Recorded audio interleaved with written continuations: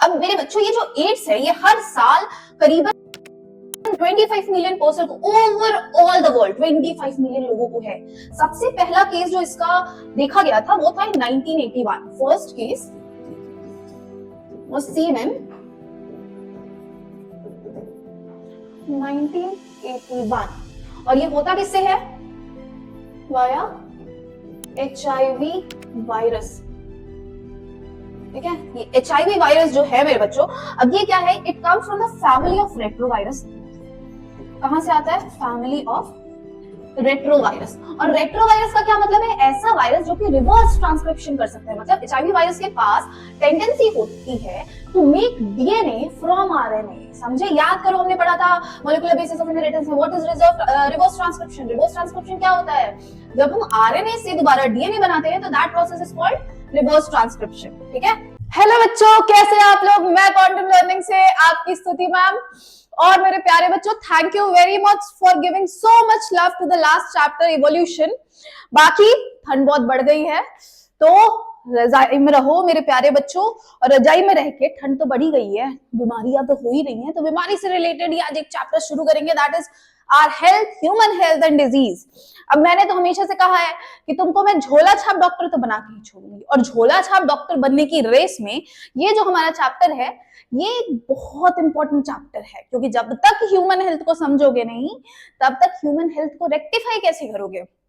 अब सोचो कोई आया पेट के दर्द को लेके, तुम दे रहे हो सर के दर्द की दवा, जेल तो जाना ही पड़ेगा ना बेटा। तो जेल जाने से बचने के लिए, झोला छाप डॉक्टर लगने के लिए भी तुमको ये चैप्टर पढ़ना पड़ेगा।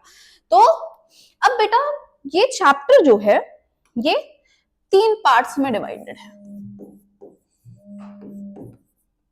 सबसे पहला हेल्थ एंड कॉमन डिजीजेस,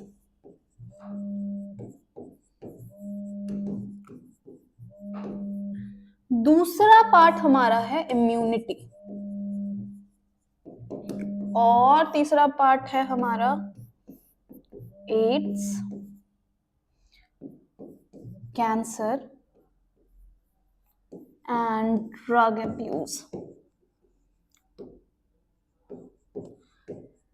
और हम इस चैप्टर को अकॉर्डिंग टू द इम्पोर्टेंस पढ़ेंगे। ठीक है, तो सबसे ज्यादा इंपॉर्टेंट पार्ट इस चैप्टर का है जो आपके बोर्ड्स में सबसे ज्यादा पूछता है, वो आपका ये तीसरा वाला है। फिर आता है आपका immunity and then comes our health and common diseases. तो हम इसी पैटर्न में ये चैप्टर पढ़ेंगे। सबसे पहले ये, दूसरा ये, और तीसरा ये मेरे बच्चों। तो सबसे पहले आते हैं अपन एड्स पे। अब एड्स की बात करें तो एड्स जो है, जरा देखूं मैं,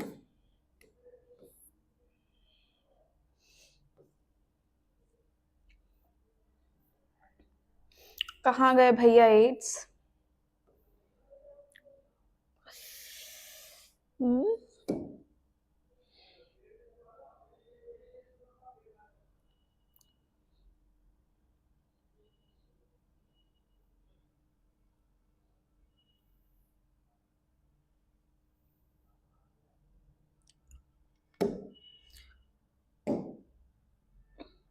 चलो, तो अब बात करते हैं हम जरा एड्स की।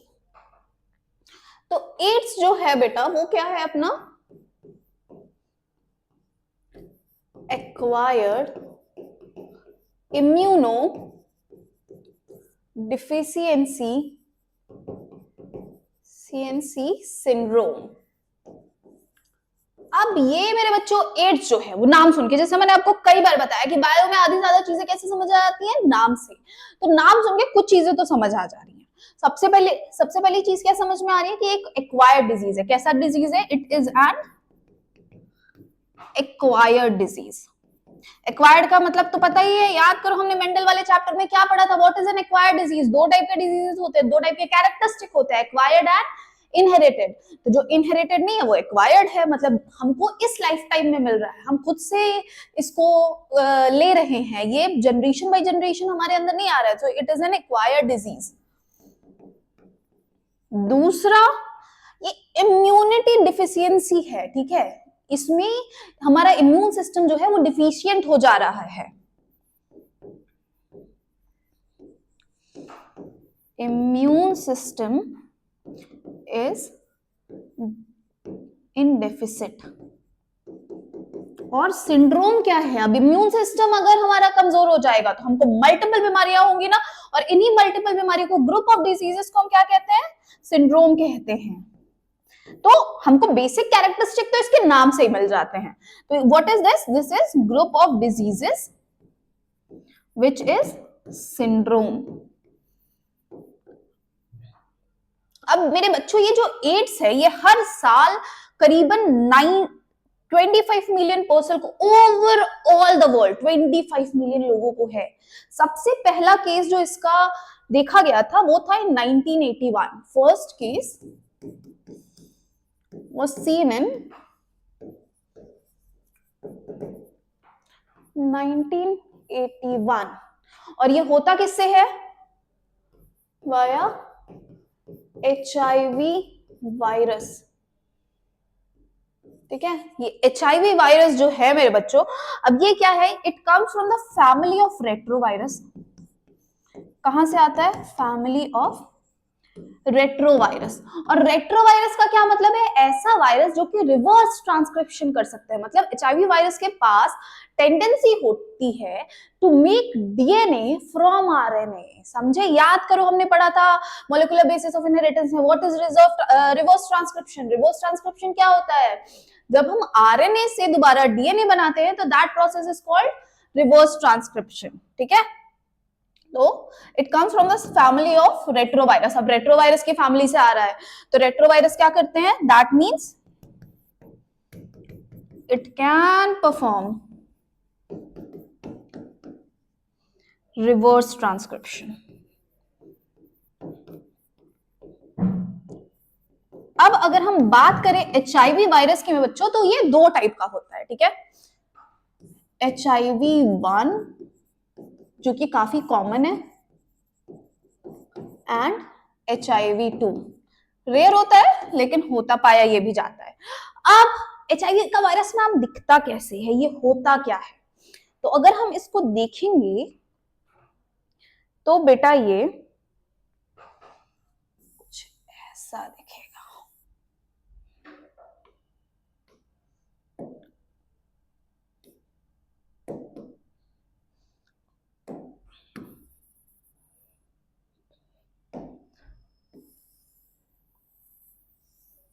कैसा दिखेगा? कुछ ऐसा। ठीक है, ये जो बाहर है ये हमारा प्रोटीनीशियस कैप्सूल है। ठीक है, इसके अंदर होता है हमारा प्रोटीन का मैट्रिक्स।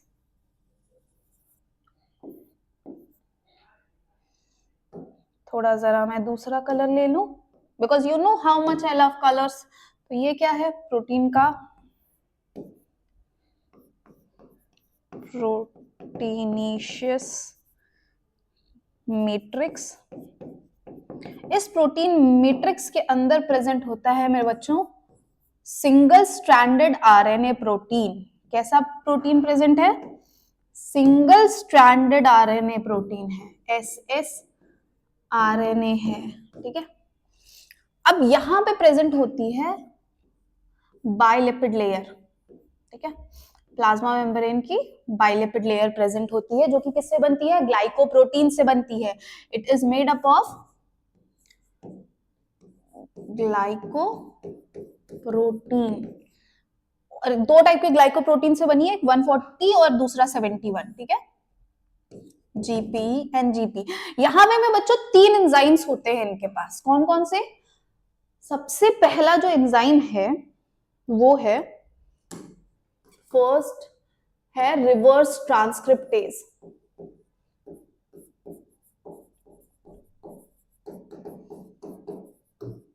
दूसरा एंजाइम हमारा होता है इंटीग्रेज। क्या होता है मेरे बच्चों? इंटीग्रेज, जो कि रिवर्स ट्रांसक्रिप्टेज क्या करता है? रिवर्स ट्रांसक्रिप्शन में हेल्प करता है। क्या करता है? रिवर्स ट्रांसक्रिप्शन में हेल्प करता है, सो दैट ये जो है ये आरएनए से, ये सिंगल स्टैंडर्ड आरएनए से क्या बना सके? डीएनए बना सके इनटू द होस्ट। दूसरा है इंटीग्रेज। इंटीग्रेज क्या करता है? इसके एचआईवी वायरस का जो प्रोटीन है, वायरस का जो प्रोटीन है या वायरस का जो डीएनए है, उसको इंटीग्रेट करने में हेल्प करता है with the DNA of our host. And third one is protease. ये जो प्रोटेज है मेरे बच्चों, ये प्रोटेज क्या करता है? ये प्रोटीन बनाने में हेल्प करता है, glycoprotein within the body of the cell. तो ये तो बात हो गई हमारी एचआईवी के वायरस की। अब अगर हम आगे देखें तो ये इफेक्ट दो टाइप के सेल्स पे करता है, ठीक है? It affects two type of cells, ठीक है? सबसे पहला मैक्रोफेजेस। मैक्रोफेज जो है बेटा, ये फैक्ट्री की तरह काम करता है, act as factory to produce more virus, more HIV virus और more DNA of the virus. और दूसरा टी हेल्पर सेल्स और टी लिम्फोसाइट्स, जिनको जाके ये किल कर देते हैं। अब इनको किल करने की वजह से क्या होता है? A weak which are killed, resulting in a weak immune system, जिसकी वजह से मल्टीपल बीमारियां हो जाती हैं। अब इसका कोई इलाज नहीं है। अगर किसी को एड्स हो भी गया है तो इसका कोई इलाज नहीं है, लेकिन इसका मतलब ये नहीं है कि एड्स के पेशेंट को छूने से एड्स फैलता है या एचआईवी फैल जाता है, एचआईवी वायरस फैलता है। इसको लेके ना बहुत ज्यादा प्रीजुडिस था पहले के टाइम, अभी भी बहुत सारे लोग मानते हैं, और इसी वजह से एड्स के पेशेंट जो है ना वो खुल के कभी सामने नहीं आ पाते। कॉजेज के बहुत सारे हैं। कॉजेज की बात करें अगर हम,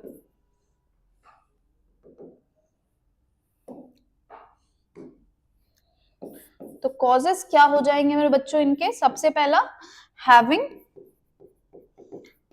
sexual intercourse with infected partner. किससे?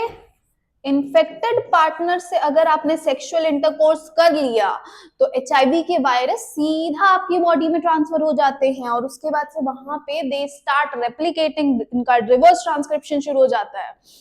दूसरा, by using needles, by using needles used by infected person. अब आप सोचोगे कि मैम ये एक ऐसी बात हो गई कि इन्फेक्टेड पर्सन है, उसका नीडल हमने भी लाके लगा लिया। तो बेटा देखो, दो केसेस हुआ करते थे। एक केस तो अभी भी चल रहा है, दूसरा केस पहले था। पहले क्या था कि ना बहुत साल पहले सिर्फ एक सिंगल सिरिंज होती थी, ठीक है, जो कि कई बार मेटल से बनी हुई होती थी, स्टेनलेस स्टील से बनी होती थी, तो डॉक्टर उसी से सबको लगा लेते, उसी से सबको सुई लगा लेते थे। काफी इफिशिएंट होती थी, प्लास्टिक सिरिंजेस का इतना चलन नहीं था। तो उस वक्त क्या था, अब मोस्टली बेसिकली क्या होता था कि स्टेरिलाइजेशन तो करते थे डॉक्टर, लेकिन कई बार मान लो वंस इन 100 टाइम स्टेरिलाइजेशन नहीं हो पाया, तब क्या होगा? तो फिर एड्स होगा। दूसरा केस दूसरा केस जो होता है, अब जो लोग ड्रग्स करते हैं, ड्रग्स तुम तो जानते हो, इतनी मूवीज तो तुमने देखी है उनकी, तुमको पता होगा कि ड्रग्स महंगा मिलता है और इंसान के पास पैसे तो होते नहीं है। तो क्या करता है? वो जाके ग्रुप बनाता है, चंदा इकट्ठा करता है, और चंदा इकट्ठा कर करके वो ड्रग्स लेता है। तो अब बताओ, जिसने चंदा दिया उसको भी तो अपना पार्ट चाहिए होगा ना उस ड्रग्स का। तो अब सब मिलके साथ में ऐसे ऐसे करके ड्रग्स करना शुरू कर देते हैं। अब मुझे क्या पता, मैंने जिससे चंदा लिया है वो कहीं और से कुछ और चंदा लेके आ रहा है। तो अब वहां पे किसी के चंदे में अगर एचआईवी वायरस निकला और उसने सिरिंज का यूज किया टू टेक ड्रग्स, और फिर उसी सिरिंज को किसी और पर्सन यूज कर लिया, तो इन्फेक्ट हो जाएगा। by having blood transfusion,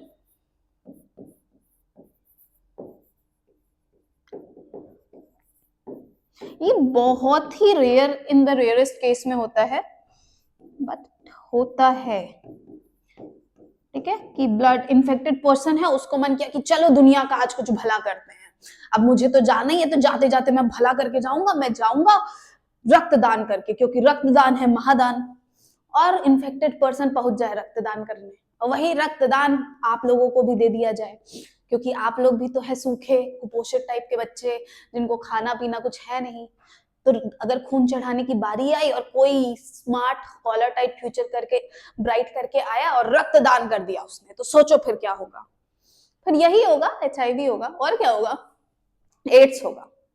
और at the last, by infected mother to child, infected mother है, इन्फेक्टेड मदर से चाइल्ड में वायरस का ट्रांसमिशन हो गया है, इसी को हम वर्टिकल ट्रांसमिशन कहते हैं। क्या कहते हैं मेरे बच्चों, वर्टिकल ट्रांसमिशन कहते हैं इसको। चलो, तो ये तो बात हो गई टी हेल्पर सेल। अब ये फैलता कैसे, तो यहाँ देखो, ये अपना हो गया रेट्रोवायरस, ठीक है, तो ये हो गया अपना रेट्रोवायरस। रेट्रोवायरस के पास अपना वायरल RNA कोर है, जिसके पास सिंगल स्ट्रैंडेड RNA है। अब ये सिंगल स्ट्रैंडेड RNA जो है वो जाएगा कहाँ, एनिमल सेल में, और एनिमल के कौन से सेल में, मैक्रोफाज में जाएगा। ये क्या है पूरा हमारा, ये हमारा मैक्रोफाज है, जहां पे वायरल जो होगा वो होस्ट DNA के साथ इनकॉर्पोरेट हो जाएगा, बाय किसके थ्रू, कौन से एंजाइम के थ्रू, इंटीग्रेस के थ्रू, और यहां से फिर नए वायरल DNA बनने लगेंगे। कैसे, किस प्रोसेस के थ्रू, बाय रिवर्स ट्रांसक्रिप्शन। और रिवर्स ट्रांसक्रिप्शन कौन करेगा, RT कौन करेगा, रिवर्स ट्रांसक्रिप्टेज करवाएगा, और फिर ये रिवर्स ट्रांसक्रिप्टेज जो है वो यहाँ पे प्रोटीन लिपिड लेयर बना रहे हैं, जो कि कौन बनाएगा मेरे बच्चों, प्रोटेज बनाएंगे।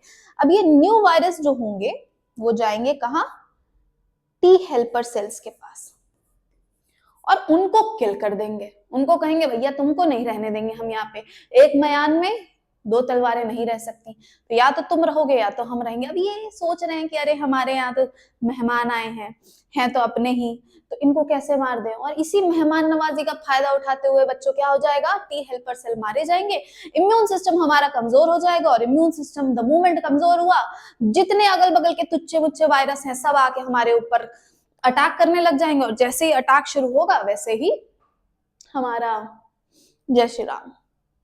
तो अब इसके लिए क्या होता है, ये आपकी एनसीईआरटी कह रही है कि it is important note that HIV AIDS are not spread by mere touch word से नहीं फैलता है ये। और इसके अलावा ये क्या करता है कि कुछ ऐसा वो नहीं है कि हाँ ठीक है सोशल स्टिग्मा तो है, लेकिन लोगों को समझना चाहिए कि अगर आप HIV वाले पर्सन को आइसोलेट कर दोगे तो वो तो और डिप्रेशन में गिर जाएगा, उसको तो और कुछ करवाने मरवाने का मन नहीं करेगा। अब बात आती है कि ये बता रहे हैं कि कैसे क्या होता है पूरा प्रोसेस, जो कि मैंने अभी आपको बताया कि the viral DNA gets incorporated into host, macrophage continue to produce virus and in this way act like a HIV factory. Simultaneously, HIV enters into helper T lymphocyte cells, replicate and produce progeny virus. The progeny virus released in the blood attack other helper T cell. ठीक है, this repeated leading to the progressive decrease and the person suffer from bouts of fever, diarrhea. Initial symptoms क्या होते हैं? Early symptoms क्या है?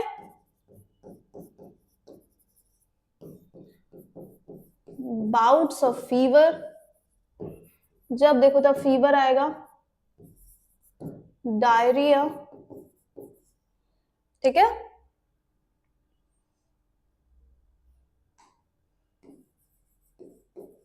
Weight loss, बहुत तेजी से वेट लॉस होता है,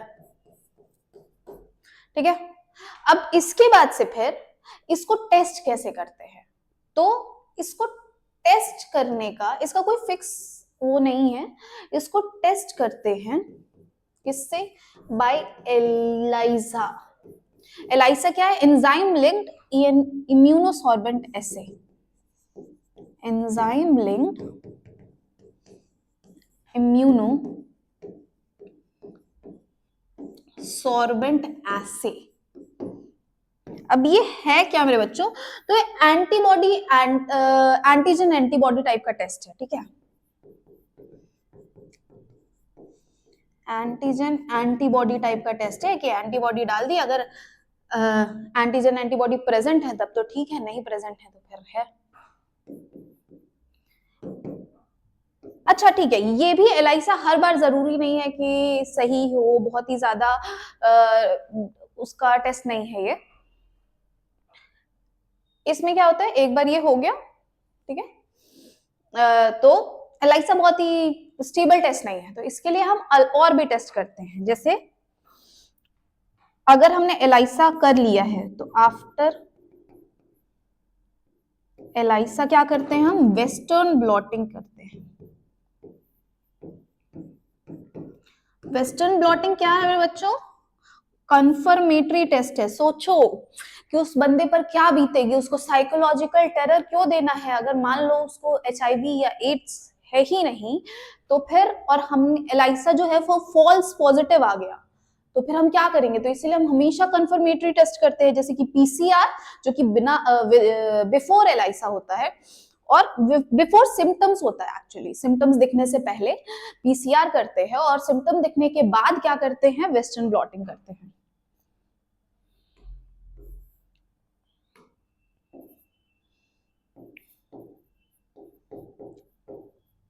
ये कंक्लूसिव टेस्ट है, कंफर्मेटरी।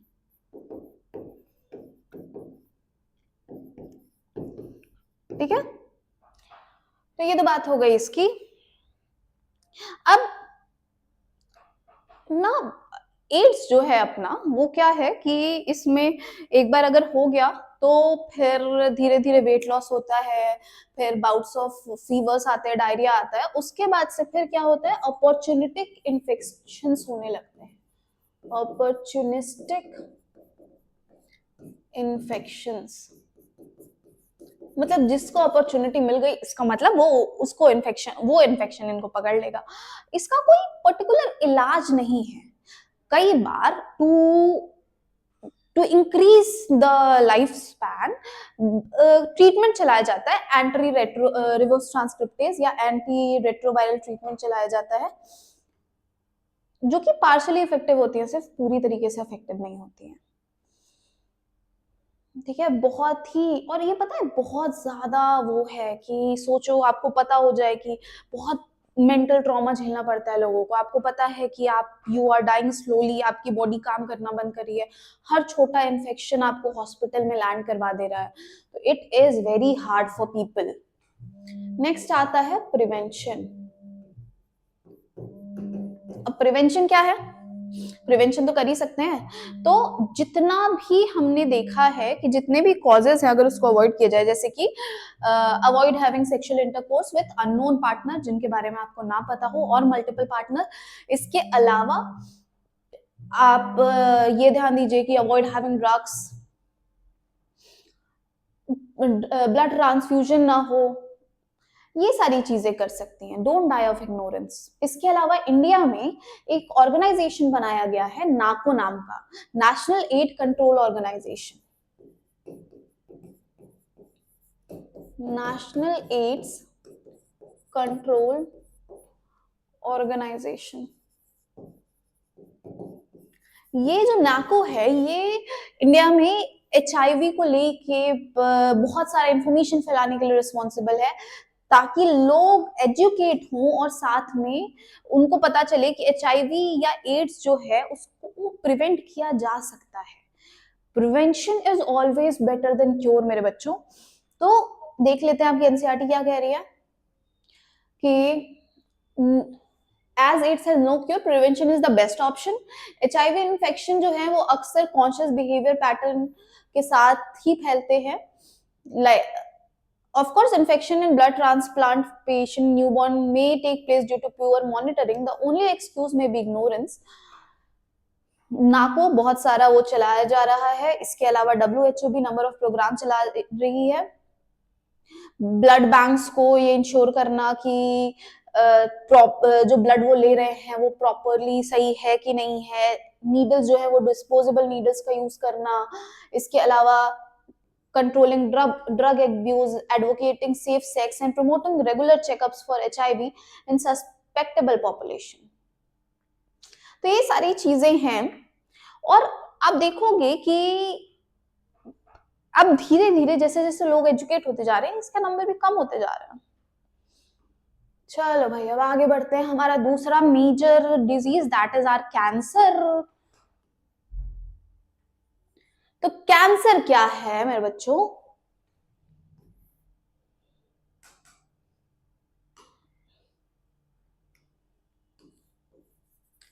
कैंसर जो है, अब हर सेल के पास अपनी एक डिवीजन की कैपेसिटी होती है। जैसे मेरे हाथ बनने, ठीक है, तो मान लो मेरे हाथ में 5000 सेल लगने हैं, तो 5000 सेल बनने के बाद से मेरा सेल जो है वो डिवाइड होना बंद हो जाता है।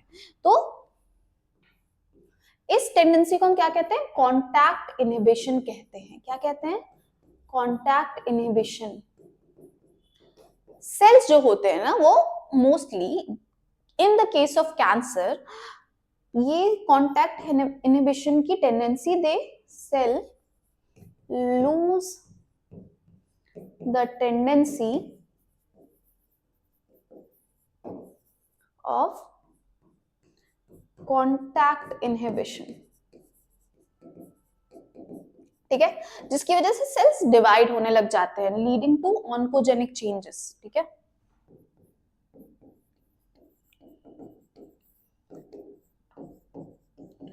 Oncogenic changes. अब ये ऑन्कोजीन क्या है? तो ऑन्कोजेनिक का मतलब ही है जो ब्रांच ऑफ साइंस जो कि कैंसर से डील करती है उसको हम ऑन्कोलॉजी बोलते हैं। तो ऑन्कोलॉजी, ऑन्कोजेनिक जहां पे भी आप सुनेंगे आपको समझ जाना है कि कैंसर से रिलेटेड है चेंजेस।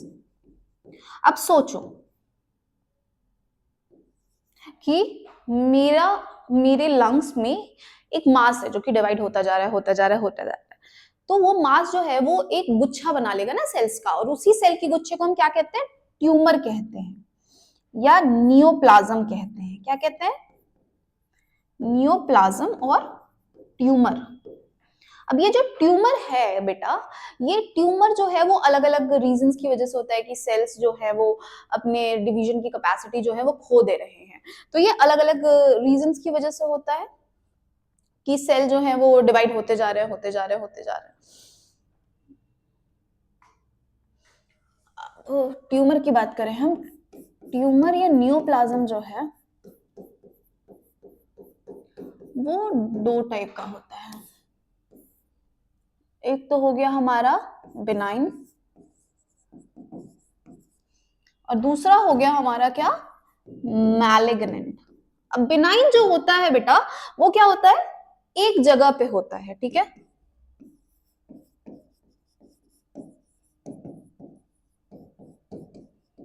ठीक है, एक जगह पे होता है, किसी एक पर्टिकुलर स्ट्रक्चर पे होता है, स्ट्रक्चराइज्ड होता है कि हाँ ठीक है इनका यही एड्रेस है, ये यहीं पे पाए जाएंगे। लेकिन मैलिग्नेंट जो होता है वो क्या करते हैं? They move such as blood cancer, it is type of a malignant cancer, ठीक है। और इनके सेल जहां पे जाते हैं वहां दूसरे सेल को भी क्या बनाते हैं?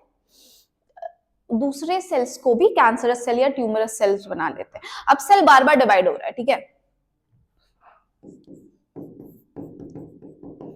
Dividing themselves. अब इससे नुकसान क्या होगा मैम? ये तो सिर्फ डिवीजन ही हो रहा है। Division is quite common in our body, it is good to grow, है ना, दुनिया कहती है कि ग्रोथ अच्छी है, तो ये भी तो सेल ग्रो ही कर रहे हैं। लेकिन बेटा ये क्या कर रहे हैं? Dividing themselves, making other sales starve. जितना खाना है वो यही लोग खा जा रहे हैं, स्टार्व, ठीक है।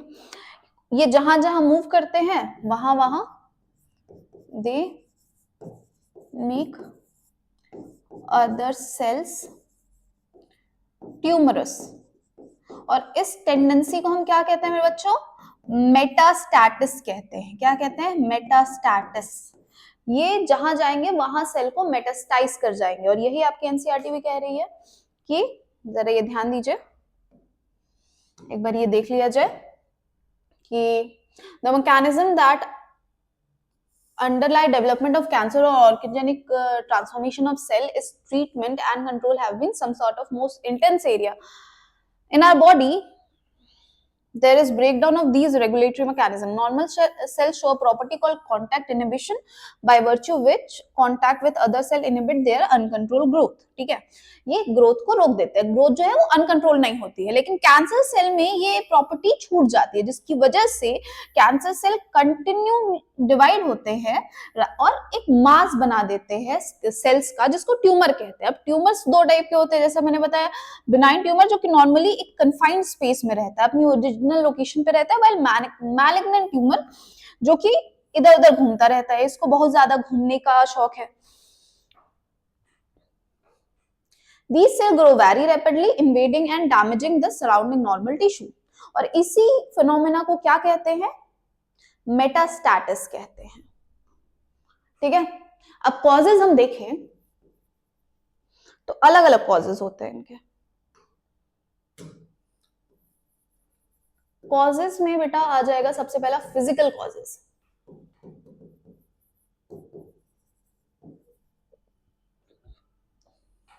ठीक है, फिजिकल कॉजेज में आ जाएगा हमारा आयोनिक रेडिएशन। ठीक है, ionic radiation such as x ray and gamma raise.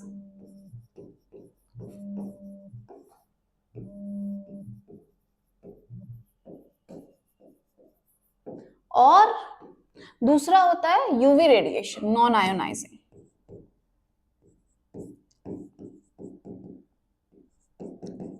जिसमें आ जाएगा हमारा यूवी रेज। ठीक है, इसके अलावा केमिकल कॉजेज होते हैं।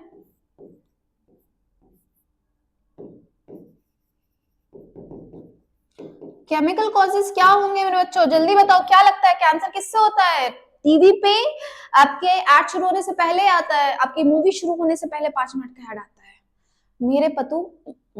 मेरे पति तंबाकू खाते थे। ठीक है, मुझे गुटखा सेवन की वजह से कर्क रोग हो गया। तो ये वही कर्क रोग है, किसकी वजह से हो रहा है? By smoking. केमिकल कॉजेज में क्या आ जाएगा? टोबैको स्मोक, जिसकी वजह से क्या हो जाता है? लंग कैंसर हो जाता है। स्मोकिंग, टोबैको खाना, जिसकी वजह से मुंह का कैंसर या माउथ कैंसर हो जाता है। इसके अलावा क्या आते हैं हमारे? बायोलॉजिकल फैक्टर या बायोलॉजिकल कॉजेज। इसमें हो जाएंगे हमारे कार्सिनोजेनिक वायरसेस या ऑन्कोजेनिक वायरसेस, वायरल ऑन्कोजीन्स। कई बार कई जीन्स होते हैं जो कि जनरेशन बाय जनरेशन ट्रांसफर होते हैं, जिनकी वजह से भी कैंसर हो सकता है, जिसको हम सेलुलर ऑन्कोजीन्स कहते हैं। ठीक है, अब इसका डिटेक्शन कैसे किया जाए? तो डिटेक्शन के लिए बेटा अलग अलग तरीके हैं, जैसे कि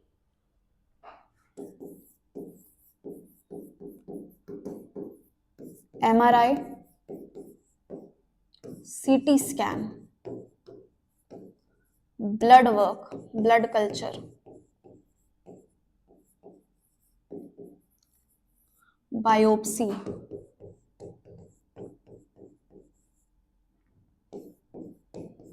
एक्सरे का स्कैन। ठीक है, इसके अलावा antigen antibody test,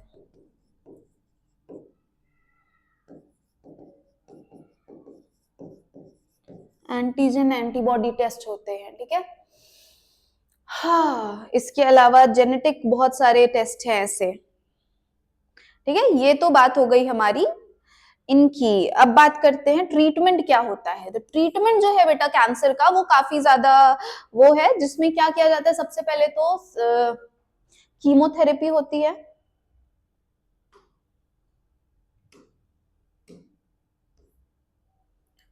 treatment treatment में क्या होता है, कई बार रेडिएशन थेरेपी होती है, रेडिएशन और कीमोथेरेपी होती है, ठीक है। इसके अलावा इम्यूनोथेरेपी होती है, जिसमें रेडियोथेरेपी में क्या किया जाता है कि रेडिएशन की मदद से ट्यूमर को किल कर दिया जाता है। इसके अलावा वो देते हैं, मुझे नाम नहीं याद आ रहा है, एक प्लांट होता है जिसका एक्सट्रैक्ट निकाल के देते हैं, ठीक है। बहुत कॉमनली कहा भी जाता है गांव में, उसका कॉमन नेम ही याद नहीं आ रहा मुझे, कि ये वाला प्लांट अगर आप लोगे तो ये आपको बहुत फायदा करता है, ठीक है। अगर आपको याद हो तो डू कमेंट करके बताना, ओके। इसके अलावा और क्या होता है, सर्जिकल मेथड होता है जहां पे ट्यूमर के मास को कट करके निकाल दिया जाता है अगर ट्यूमर बहुत छोटा है तो। इस मोस्ट कैंसर्स में सर्जरी, रेडियोथेरेपी और कीमोथेरेपी के कॉम्बिनेशन से भी ट्रीटमेंट किया जाता है। इसके अलावा पेशेंट को एक सब्सटेंस दिया जाता है अल्फा इंटरफेरॉन का। अब इंटरफेरॉन्स क्या करेंगे, ये कॉन्टैक्ट इनहिबिशन को रोक देंगे, ताकि कॉन्टैक्ट इनहिबिशन को स्टार्ट कर देंगे। इसके अलावा ये हमारे इम्यून सिस्टम को स्ट्रॉन्ग कर देते हैं, ताकि हमारा इम्यून सिस्टम खुद ही फाइट करके कैंसर सेल को निकाल फेंके।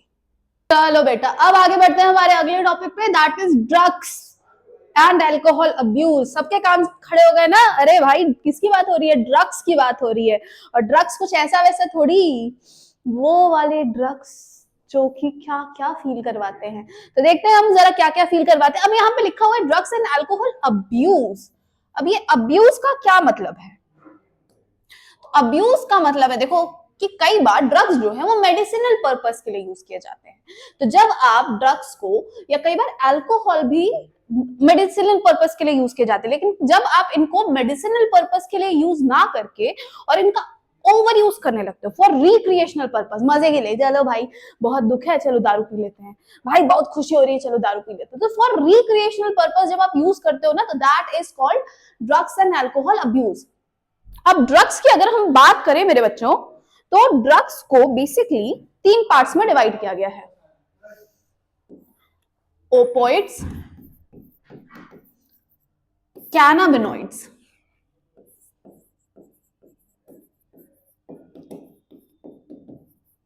एंड कोका एल्कोइड्स, जिसको कोक भी कहते हैं। ये जो है ये प्लांट के अलग अलग पार्ट से पाए जाते हैं। ब्रेन के किस पार्ट को अफेक्ट करेंगे, विच पार्ट ऑफ प्लांट से पाए जाते हैं, ब्रेन के किस पार्ट को ये अफेक्ट करेंगे, और साथ में इनका क्या क्या सिम्टम्स देखने को मिलते हैं इसकी वजह से, वो सब अभी हम देखेंगे। सो मेरे बच्चों, क्या होता है कि ड्रग्स में सबसे पहले आ जाए ओपोइड पे, तो ओपोइड कहां से मिलता है, फ्रॉम पॉपी प्लांट। कौन से प्लांट से, पॉपी प्लांट से मिलता है। पॉपी प्लांट का साइंटिफिक नेम क्या है, पैपिवर सामनिफेरम नाम है। ये पॉपी प्लांट के किससे मिलता है, लेटेक्स से मिलता है। शाबाश, कहां से मिलता है मेरे बच्चों, लेटेक्स से मिलता है। ये क्या करता है, ये किस कहां पे जाके अफेक्ट करता है, तो सीएनएस पे अफेक्ट करता है, जीआई रिसेप्टर्स पे अफेक्ट करता है, गैस्ट्रोइंटेस्टाइनल रिसेप्टर्स पे। और इसकी वजह से क्या होगा, इसकी वजह से ये डिप्रेसेंट की तरह काम करता है, दुनिया शांत हो जाती है, ठीक है, एक्ट एज अ डिप्रेसेंट। और कैसे लिया जाता है ये, बाय इंजेक्शन और स्नॉटिंग के थ्रू लिया जाता है, ठीक है। किसके थ्रू लिया जा रहा है, स्नॉटिंग या इंजेक्शन के थ्रू लिया जा रहा है। इसको जरा मैं लिख दूं कि क्या क्या हम देख रहे हैं, क्या क्या अलग अलग उसमें डिवाइड किया गया है। ड्रग, फिर पार्ट ऑफ प्लांट जिससे पाया जाता है, फिर रिसेप्टर जिसके साथ जाके बाइंड होता है ये, और मेथड ऑफ अब्यूज, एमओए, किस मेथड के थ्रू ये अब्यूज कर रहे हैं। नेक्स्ट आता है हमारा क्या, कैनबिस। अब ये कैनाबिनॉइड्स जो होते हैं वो कैनबिस के थ्रू लिए जाते हैं। क्या, किसके थ्रू, कैनबिस के थ्रू। कैनबिस सटाइवा, चरस भी कहते हैं इसको हिंदी में, जो कि तुम लोगों को बहुत ही ज्यादा सुनने में आता होगा।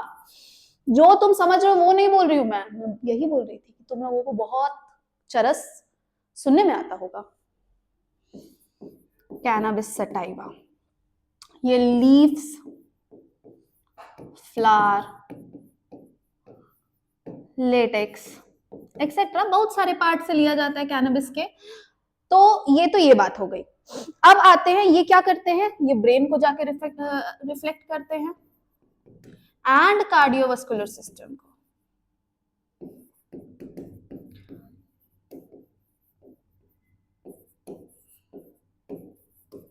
कार्डियोवास्कुलर सिस्टम को इफेक्ट करते हैं, जिसकी वजह से, और ये किसके थ्रू लिया जाता है, अगेन इनहेलेशन, चरस फूकते हैं ना, तो इनहेलेशन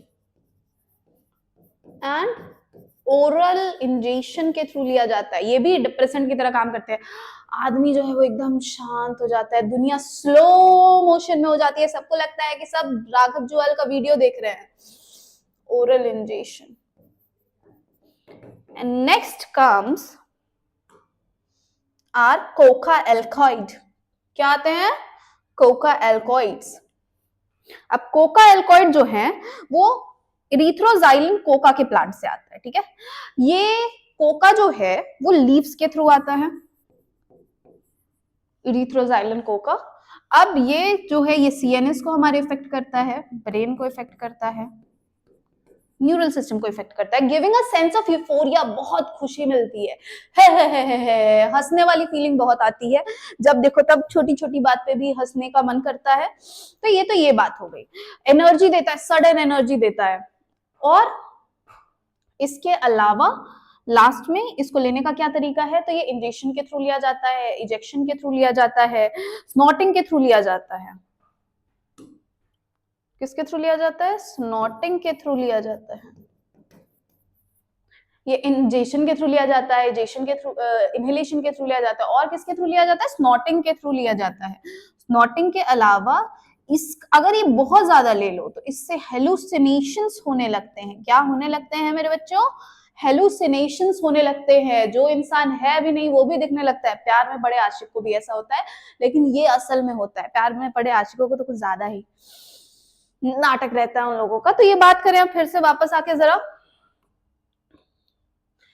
अब यही है, अपनी एनसीईआरटी भी देख लेते हैं। एनसीईआरटी में सबसे पहले क्या बताया, ओपोइड्स। ओपोइड्स जो है वो ड्रग हैं जो कि स्पेसिफिक ओपोइड रिसेप्टर्स पे बाइंड करते हैं, जो कि कहाँ प्रेजेंट है, हमारे सेंट्रल नर्वस सिस्टम पे प्रेजेंट है और जीआई ट्रैक्ट पे प्रेजेंट है।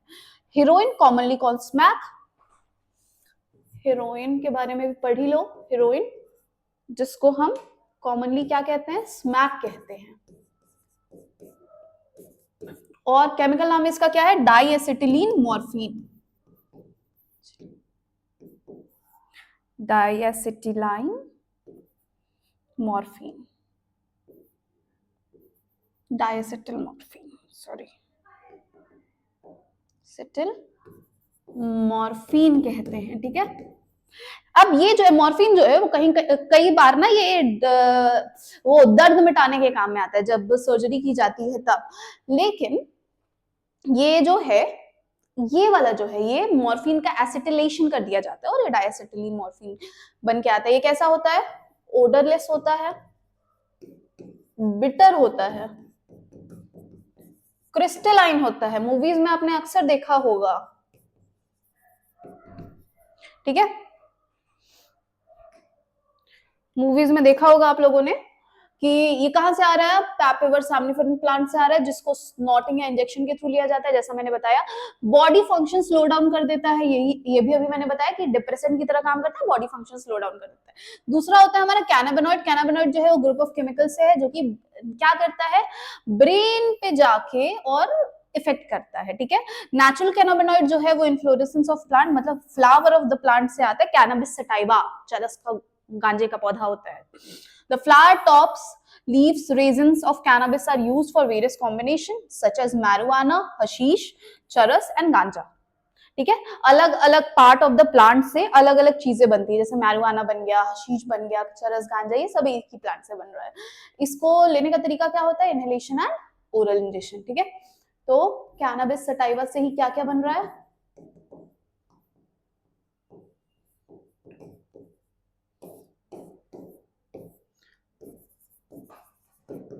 मैरिजुआना, हशीश, चरस एंड गांजा। नाउ कम नेक्स्ट, इसका केमिकल फॉर्मूला देख लीजिएगा, इंपॉर्टेंट होता है। नेक्स्ट आता है हमारा कोका एल्कोहल, जिसको हम कोकेन भी कहते हैं। ये इरिथ्रोजाइलम कोका से आता है, जो कि साउथ अमेरिका में पाया जाता है। ये जो हमारे न्यूरोट्रांसमीटर्स को वो करता है, जिससे कि डोपामिन का इंटरफेरेंस, डोपामिन को इंटरफेयर कर देता है। डोपामिन करता क्या है बेटा, खुशी की फीलिंग देता है। तो ये क्या करेगा, इसको यूजुअली स्नॉटिंग के फॉर्म में लिया जाता है। ये सेंस ऑफ यूफोरिया क्रिएट करता है। कई बार इसका जब एक्सेसिव, जैसा कि मैंने बताया, इसका एक्सेसिव यूजेस कर लोगे तो हेलुसिनेशन हो जाते हैं। इसके अलावा दूसरे हेलुसिनोजेनिक प्लांट्स जो हैं वो है एट्रोपा बेलाडोना, धतूरा, जिसको these days cannabinoids are also being abused by some sports person। कुछ स्पोर्ट्स पर्सन को बहुत ज्यादा, क्योंकि ये एनर्जी, इंस्टेंट एनर्जी देता है, तो sports person usually during early times इसका अब्यूज करना शुरू कर दिया था, क्योंकि इंस्टेंट एनर्जी दे रहे थे। इंस्टेंट एनर्जी दे रहे हैं तो ये आगे बढ़ते जा रहे हैं, बहुत तेजी से जो भी स्पोर्ट्स खेल रहे हैं उसमें एनर्जी मिल रही है इनको, giving them a better chance to win. Drugs like barbiturates, amphetamines, benzodiazepines, and other similar drugs are normally used in medicines to help patient cope with mental illness like depression and insomnia। कई drugs जो है वो इनके भी काम में आते हैं, लेकिन कई बार लोग इसका अब्यूज करने लगते हैं, इसका प्रॉपर यूज ना करके रिक्रिएशनल, अपनी खुशी के लिए, भाई चलो आज मूड बहुत अच्छा है, 2 शीशी ज्यादा ले लेते। तो ये जो है, इसकी वजह से क्या हो रहा है कि आजकल बहुत सारे प्रॉब्लम्स क्रिएट हो रहे हैं। Morphine is very effective sedative and painkiller is very useful in patients who have undergone surgery। कई प्लांट्स, फ्रूट, सीड्स में भी हेलुसिनोजेनिक प्रॉपर्टी होती थी। कई बार पता है पुराने जमाने में, जैसे एज़टेक्स जो होते थे, वो ऐसे प्लांट्स की बेरीज खाते थे और उसके बाद से उनको ऐसा कहा जाता था कि इनको दिव्य दर्शन हुए हैं by taking the berries of the plant. लेकिन असल में वो हेलुसिनोजेनिक प्लांट्स होते थे, जिनकी बेरी, ये बेलाडोना ही अपना हो गया, ये इट इज अ हेलुसिनोजेनिक प्लांट, जिसकी बेरीज खाने के बाद से हेलुसिनेशंस होते हैं, जो आप है भी नहीं वो भी दिखेगा, कई बार भगवान भी दिख जाते हैं। तो एस्टेक्स और बहुत सारे ऐसे रिलीजन कल्चर में ऐसा बहुत पॉपुलर है। इंडिया में देख लो, धतूरा is said to be a very secret thing, जो जिसको शिव जी के साथ जोड़ते हैं। तो it is quite common but it is not at all good. ठीक है, when are taken on purpose then medicinal use in amount frequently impair one physical, psychological, physiological functions. ठीक है, अब आते हैं स्मोकिंग। अब स्मोकिंग की बात करें बेटा, तो स्मोकिंग होती है वाया टोबैको से, और टोबैको जो है उसमें प्रेजेंट होता है अपना क्या, निकोटीन। और nicotine is responsible for many other problem such as, सबसे पहला तो lung cancer and urinogenital tract cancer. Cancer के लिए रिस्पॉन्सिबल होता है। इसके अलावा ब्रोंकाइटिस, एफिजीमा,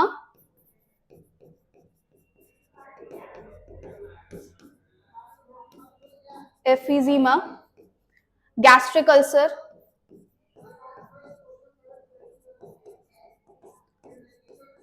हार्ट डिजीजेस,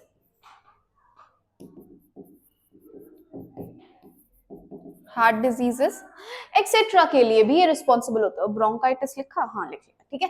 तो इन सब के लिए रिस्पॉन्सिबल होता है। इसका बहुत नुकसान होता है। कई बार आप देखो कि अक्सर जब मूवी शुरू होती है, इसके लिए सरकार ने भी बहुत ज्यादा वो उठाया है कि हाँ ठीक है, people should not use cigarette, people should not do smoking, क्योंकि इससे लंग कैंसर होता है। मूवी शुरू होने से पहले प्रॉपर 2-3 मिनट का एड दिखाया जाता है, जिसमें बताया जाता है कि नहीं, it is not good for your health. एक बार इसको लिख लीजिए, उसके बाद से फिर आगे बढ़ते हैं। हाउ डज ड्रग और स्मोकिंग और alcohol abuse influence today's youth. चलो भाई, अब ये अगर कर लिया तो देख लो। अच्छा, इसमें एक और चीज मैं बताना भूल गई कि यहाँ पे होता है एक और चीज, हाइफॉक्सिया। हाइफॉक्सिया का क्या मतलब है बच्चों?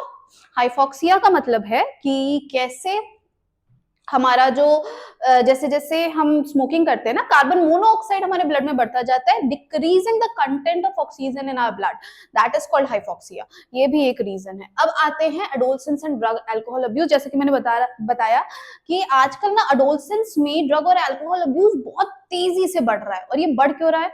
क्योंकि अराउंड 12 to 18 ईयर एडोलसेंस सबसे पहले होता क्या है?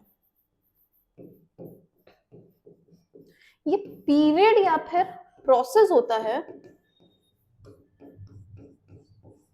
in which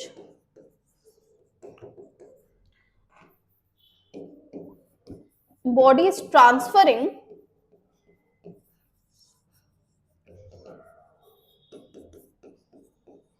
from juvenile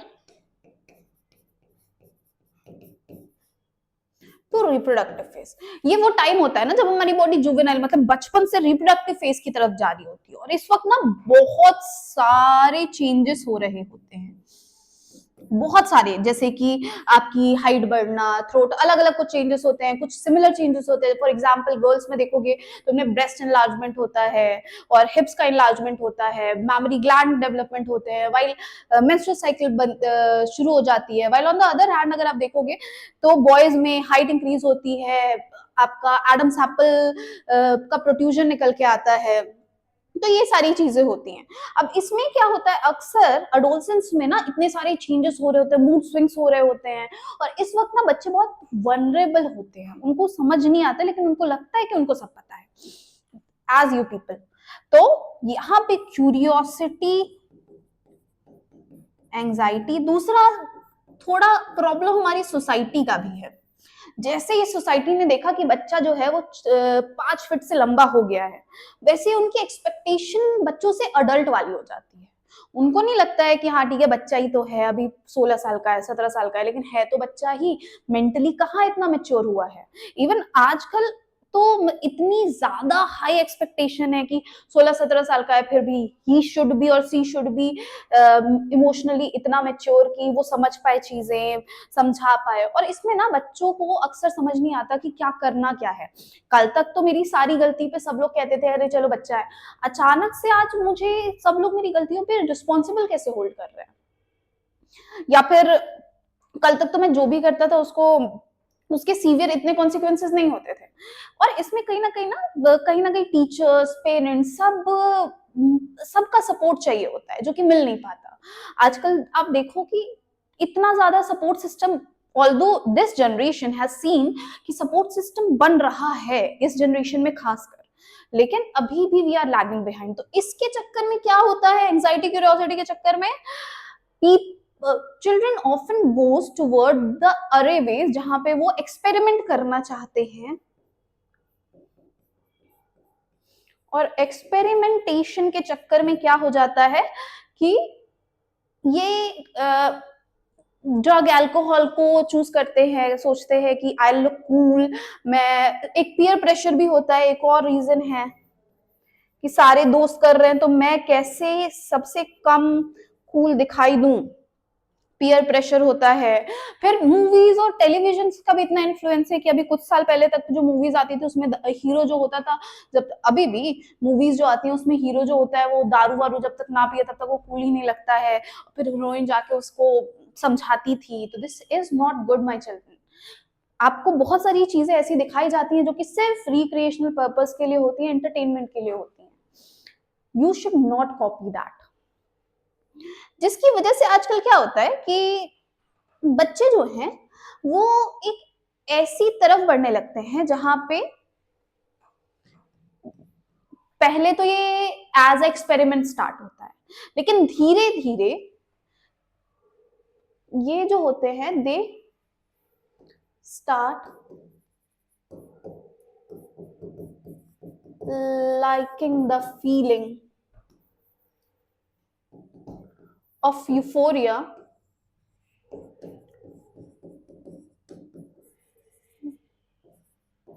that they get।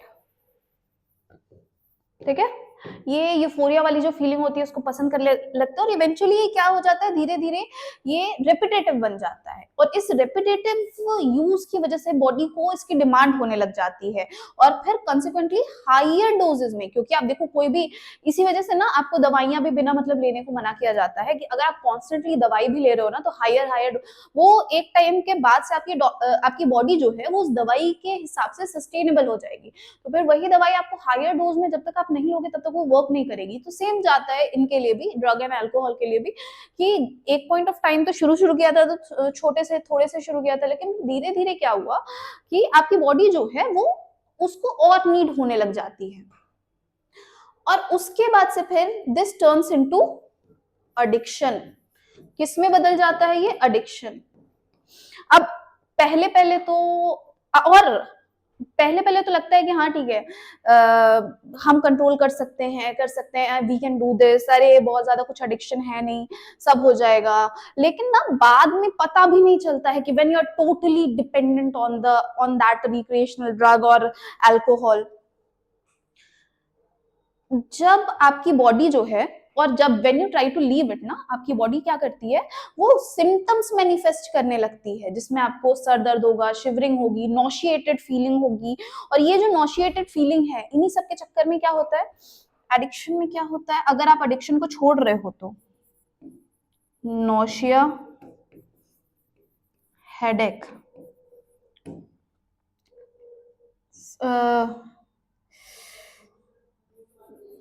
Mood swings, और इसी को हम क्या कहेंगे, विड्रॉल सिम्टम कहेंगे, और इस विड्रॉल सिम्टम को, और इसी को हम क्या कहते हैं, विड्रॉल सिम्टम या फिर विड्रॉल सिंड्रोम कहते हैं। इस टाइम पे you are completely dependent on the drugs. अब ये डिपेंडेंस की वजह से ना, जो भी पर्सन है वो धीरे धीरे क्या करता है, सोसाइटी से विड्रॉ कर लेता है, उसको सिर्फ ऐसे लोग पसंद आते हैं जो कि सेम यही चीजें कर रहे हैं, क्योंकि ऑब्वियसली अगर कोई हमारे सामने कुछ गलत कर रहा है तो वी विल स्टॉप देम ना, वी विल फोर्स देम कि नहीं तुम ये नहीं कर सकते, and obviously if you will force someone from what they are doing, तो फिर they will not like you obviously, तो क्या होगा, they will start withdrawing from the society, जिसकी वजह से बहुत सारी प्रॉब्लम्स आती हैं। अब आप देखो कि the immediate adverse effect of drug and alcohol abuse are manifested in the form of reckless behavior, vandalism and violence। सबसे पहला जो बिहेवियर चेंज देखने को मिलता होता है वो reckless behavior होता है। इसके बाद से अब ड्रग और अल्कोहल तो लेना ही है, और कोई आपको पैसे तो ये नहीं कह के देगा कि हाँ ठीक है तुम जाओ बेटा तुम ड्रग और अल्कोहल लो, you are an adolescent obviously. तो उस वक्त क्या होता है, फिर यू स्टार्ट वैंडलाइजिंग, आप गलत बिहेवियर की तरफ चले जाते हो। एक्सेसिव डोजेज ऑफ ड्रग में lead to coma and death due to respiratory failure, heart failure और सेरेब्रल हेमोरेज। एक्सेसिव अगर आप बहुत ज्यादा ले रहे हो तो ऑब्वियसली उसका कोई ना कोई साइड इफेक्ट होगा, कई बार आप कोमा में चले जाते हो, कई बार हार्ट फेलियर हो जाता है, डेथ होने के चांसेस होते हैं, और कई बार लोग ना रिक्रिएशनल पर्पस के लिए कॉम्बिनेशन ऑफ ड्रग्स लेते हैं, उसमें तो और ज्यादा चांसेस होते हैं। The most common warning sign of drugs and alcohol abuse among youth include drop in academic performance, unexplained absence from school, college, lack of interest in personal hygiene, withdrawal, isolation, depression, fatigue, aggressive and rebellious behavior, deteriorating relationship with family and friends, loss of interest in hobbies, change in sleeping and eating habits, fluctuation in weight and appetite। ये सारी चीजें होती हैं जो common symptoms देखने को मिलती हैं। सबसे पहला तो खाने पीने का मन नहीं करेगा, आपके एकेडमिक्स अपने आप डाउन चले जाएंगे, डिप्रेशन होता जाता है, फटीग, पूरे टाइम थकान थकान लगता है, एग्रेसिव बिहेवियर देखने को मिलता है। तो अगर ना मेरे बच्चों, ये आपके लिए भी है कि अगर आपको भी लगता है कि आपके अगल बगल कोई भी ये सारे सिम्टम शो कर रहा है तो प्लीज हेल्प देम, उनको हेल्प करो कि उनको भी समझ में आए कि this is not the right way. Ask help from your teachers, from your counsellors, guidance member, जो भी हैं आपके अगल बगल, any adult whom you can think कि they are responsible adults, ask help from them।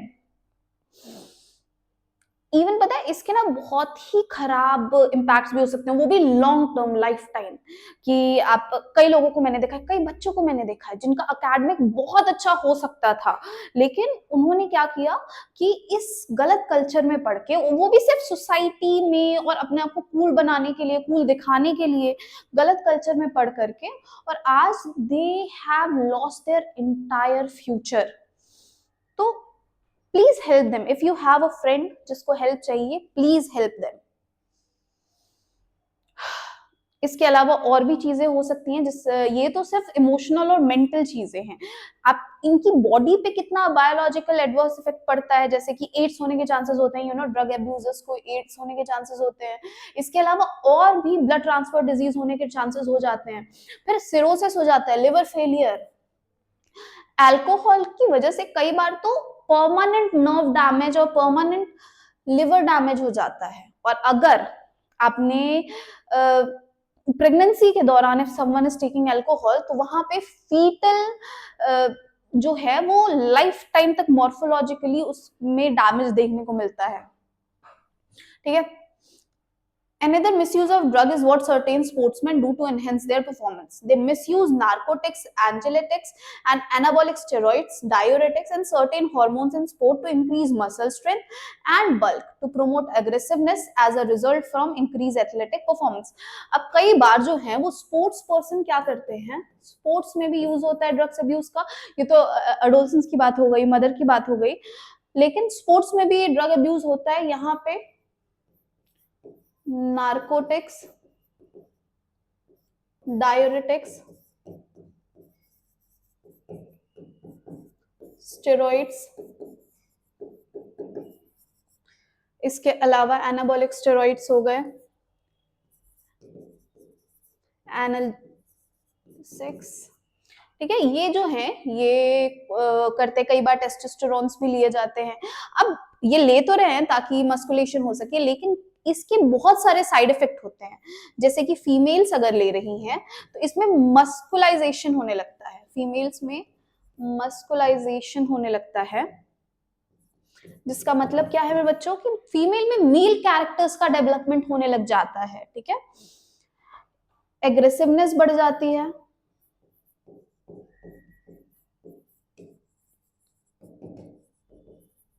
Depression, mood swings, abnormal appetite हो जाती है, मेंस्ट्रुअल साइकिल एबनॉर्मल हो जाती है।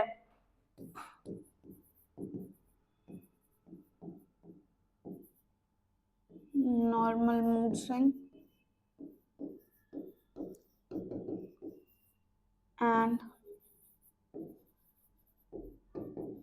Menstrual cycle. अगर आप मेल्स में देखोगे, और कई बार इन एक्सट्रीम केसेस यहाँ पे इनफर्टिलिटी के भी चांसेस होते हैं, और वही अगर आप मेल्स में देखोगे तो मेल्स में बच्चों क्या होता है कि गायनेकोमैस्टिया हो सकता है, जिसमें ब्रेस्ट साइज, मेल्स में ब्रेस्ट साइजेस का इलाजमेंट होने लगता है, टेस्टिकल्स डिक्रीज हो जाते हैं, जिसकी वजह से स्पर्म्स, एजोस्पर्मिया हो सकता है, जिसमें स्पर्म का साइज जो है वो भी घट जाता है। तो मेल्स में अगर देखें तो एजोस्पर्मिया, गायनेकोमैस्टिया,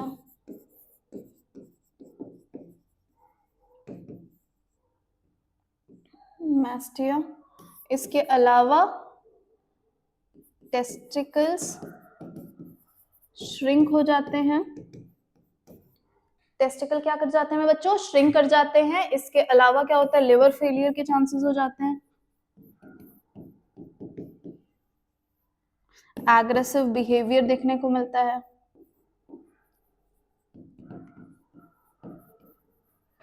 तो ये सारी चीजें बहुत कॉमन हो जाती हैं मेल्स एंड फीमेल्स में। अब इसका प्रिवेंशन कैसे किया जाए, कंट्रोल कैसे किया जाए, तो सबसे पहले देखते हैं प्रिवेंशन पे। अवॉइड अनड्यू पीयर प्रेशर, जो भी अननेसेसरी का पीयर प्रेशर है उसको अवॉइड करो। देखो पीयर प्रेशर से ज्यादा कुछ होना है नहीं, बहुत ज्यादा कुछ होगा तो, और एक हेल्दी कंपटीशन तो फिर भी अच्छा है, लेकिन ऐसी चीजों में पीयर प्रेशर कि भाई मैं तो बहुत कूल बंदा हूँ, मैं तो सुबह शाम दो पैग लगाता हूँ, लेकिन तू तो बहुत अनकूल है, तो ऐसी सारी चीजों में मत फंसो मेरे बच्चों। तुम मेरे बच्चे हो, स्तुति में आपके बच्चे हो ना, ये सारी फालतू की चीजों में नहीं फंसना। Education and counselling, it is very important कि आपको सही क्या है और गलत क्या है पता है। और पता है मुझे लगता है, मैं अक्सर अपने बच्चों से कहती हूँ कि मुझे लगता है कि the moment you get to know कि सही क्या है गलत क्या है ना, आपकी आधी से ज्यादा प्रॉब्लम सॉल्व हो जाती है। तो राइट एजुकेशन, और अगर आप कहीं फंस भी गए हो ऐसे में तो right counselling is very important. साथ में टीचर्स को भी ध्यान देना चाहिए कि वो बच्चे की, teachers as well as parents को ध्यान देना चाहिए कि वो बच्चे की एनर्जी को सही तरीके से चैनलाइज करें। एंड येट अगर आपको एडिक्शन हो गया है तो अपने पेरेंट्स से, टीचर से, या कोई भी ऐसा एडल्ट हो जिसको, जो आपको ट्रस्टवर्दी लग रहा हो, जिसको लग रहा हो कि आप ट्रस्ट कर सकते हो, उससे help low. Even if you want to talk, we are always available for you. We, any one of us, सब लोग, whether it is Nikhil sir, Vijay sir, me, Nilesh sir, everyone is available for you.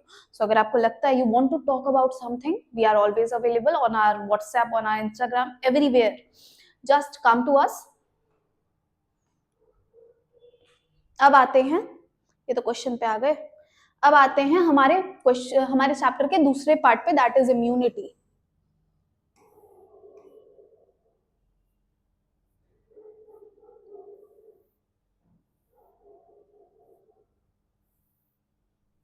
कहाँ गई भाई immunity?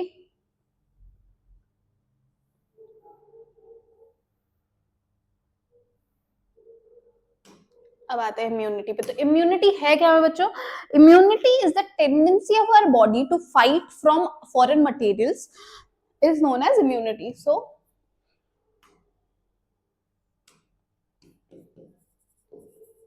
tendency of our body to fight unwanted foreign material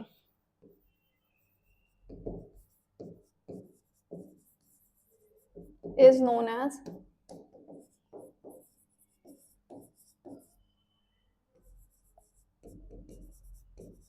immunity. ठीक है, और यही आपकी एनसीईआरटी भी कह रही है कि the overall ability of a host to fight the disease causing organism is known as immunity. अब इम्यूनिटी को मेरे बच्चों दो पार्ट्स में डिवाइड किया गया है, इनेट एंड एक्वायर्ड। अब इनेट एंड एक्वायर्ड, अब इनेट इम्यूनिटी है क्या? तो इनेट इम्यूनिटी को ही हम इनबॉर्न इम्यूनिटी भी कहते हैं। क्या कहते हैं? इनबॉर्न इम्यूनिटी भी कहते हैं। मतलब ऐसी इम्यूनिटी जो कि हम साथ में लेकर पैदा होते हैं। The type of immune system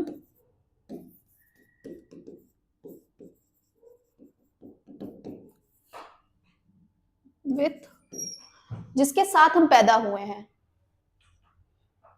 the type of immune system we are born with is known as innate immunity। अब innate immunity को अलग अलग पार्ट्स में डिवाइड किया गया है, such as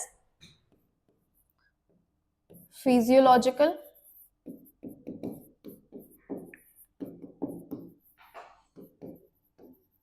फिजियोलॉजिकल इम्यूनिटी में आ जाता है बेटा हमारा सबसे पहला, आप देखोगे कि skin, that is our physical barrier. जो भी फिजिकल इम्यूनिटी है ना, फिजिकल बैरियर्स जो है वो हो जाएंगे हमारे फिजियोलॉजिकल इम्यूनिटी में, फिजियोलॉजिकल बैरियर्स में। तो सबसे पहला, बायोस में आधी ज्यादा चीजें नाम से समझ आ जाती हैं, और फिजिकल बैरियर्स सुन के नाम से क्या समझ में आ रहा है कि सबसे पहला तो स्किन हो जाएगा, because skin is the first physical barrier जो कि हमको किसी भी चीज से बचाता है। तो सबसे पहला क्या हो गया? स्किन। दूसरा क्या हो गया? MALT, mucus associated lymphatic system, या म्यूकस की लाइनिंग भी कह सकते हो। ठीक है, दूसरा हो गया एपिथेलियल लाइनिंग।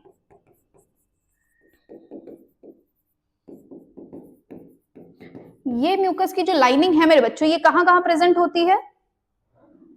ये हमारे तीन मेजर ट्रैक्स में प्रेजेंट होती है, जीआई ट्रैक, गैस्ट्रोइंटेस्टाइनल, रेस्पिरेटरी। और जरा सोच के बताओ, और तीसरी किस चीज में होगी? Think and comment. चलो मैं ही बता देती हूँ, यूरिनोजेनिटल ट्रैक,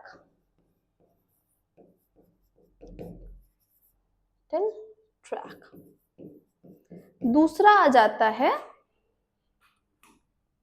केमिकल बैरियर्स। ठीक है, सेलुलर बैरियर्स या फिर केमिकल बैरियर्स में भी आ जाते हैं, फिजियोलॉजिकल,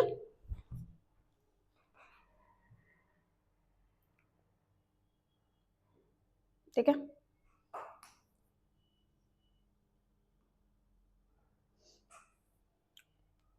ठीक है, ये हो गया हमारा। Okay,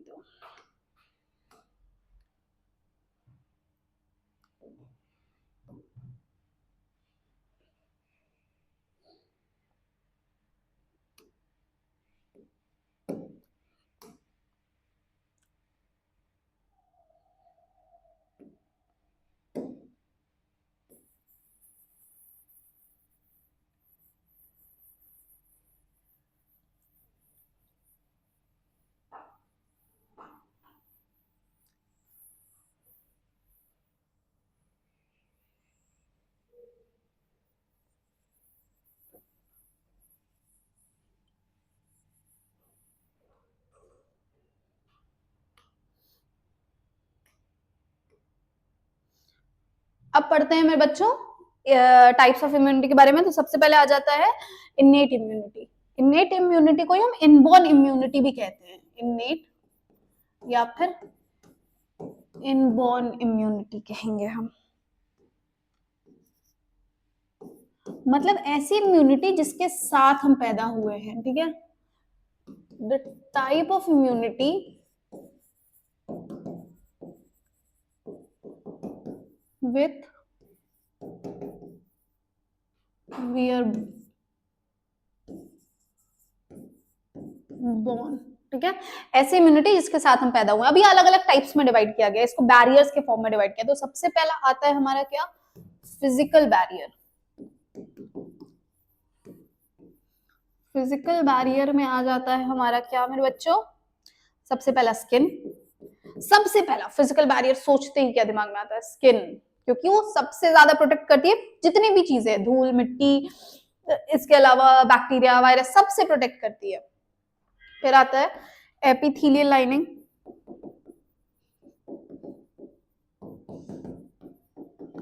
and eight the last आता है हमारा म्यूकस की लाइनिंग या फिर माल्ट। ये 3 ट्रैक्स में प्रेजेंट होता है, जीआई ट्रैक, रेस्पिरेटरी ट्रैक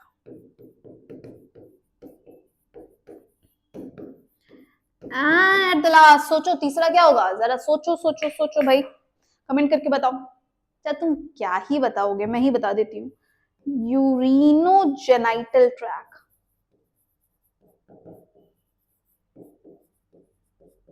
ठीक है, यूरिनोजेनाइटल ट्रैक में प्रेजेंट होता है ये। अब आते हैं दूसरे टाइप की इम्यूनिटी पे। दूसरी टाइप की इम्यूनिटी हमारी होती है फिजिकल, फिजियोलॉजिकल। फिजियोलॉजिकल कुछ केमिकल जैसी होती है, जैसे कि हो गया हमारा एसिड इन स्टमक, ठीक है, tears and saliva in mouth. ये सब केमिकल्स हैं जो कि किल कर देते हैं, जो भी बाहर का फॉरेन मटेरियल आता है उसको किल कर देते हैं, ठीक है। Next comes our cellular barriers, ये काफी इंपॉर्टेंट है। 3 सेलुलर बैरियर्स। सेलुलर बैरियर्स में आ जाते हैं मेरे बच्चे टाइप्स ऑफ सेल्स, जैसे कि ल्यूकोसाइट हो गया,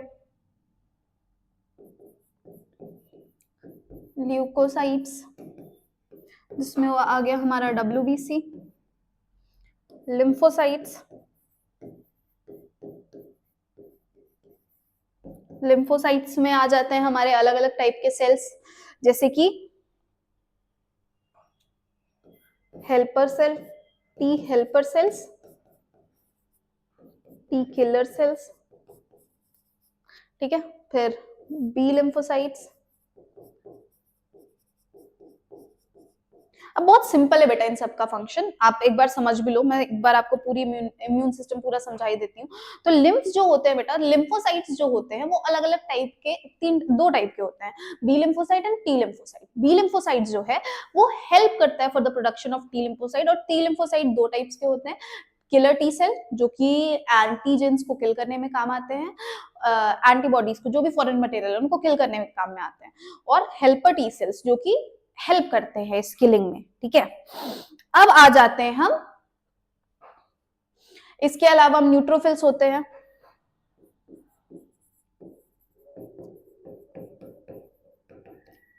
ठीक है। मैक्रोफाजेस होते हैं।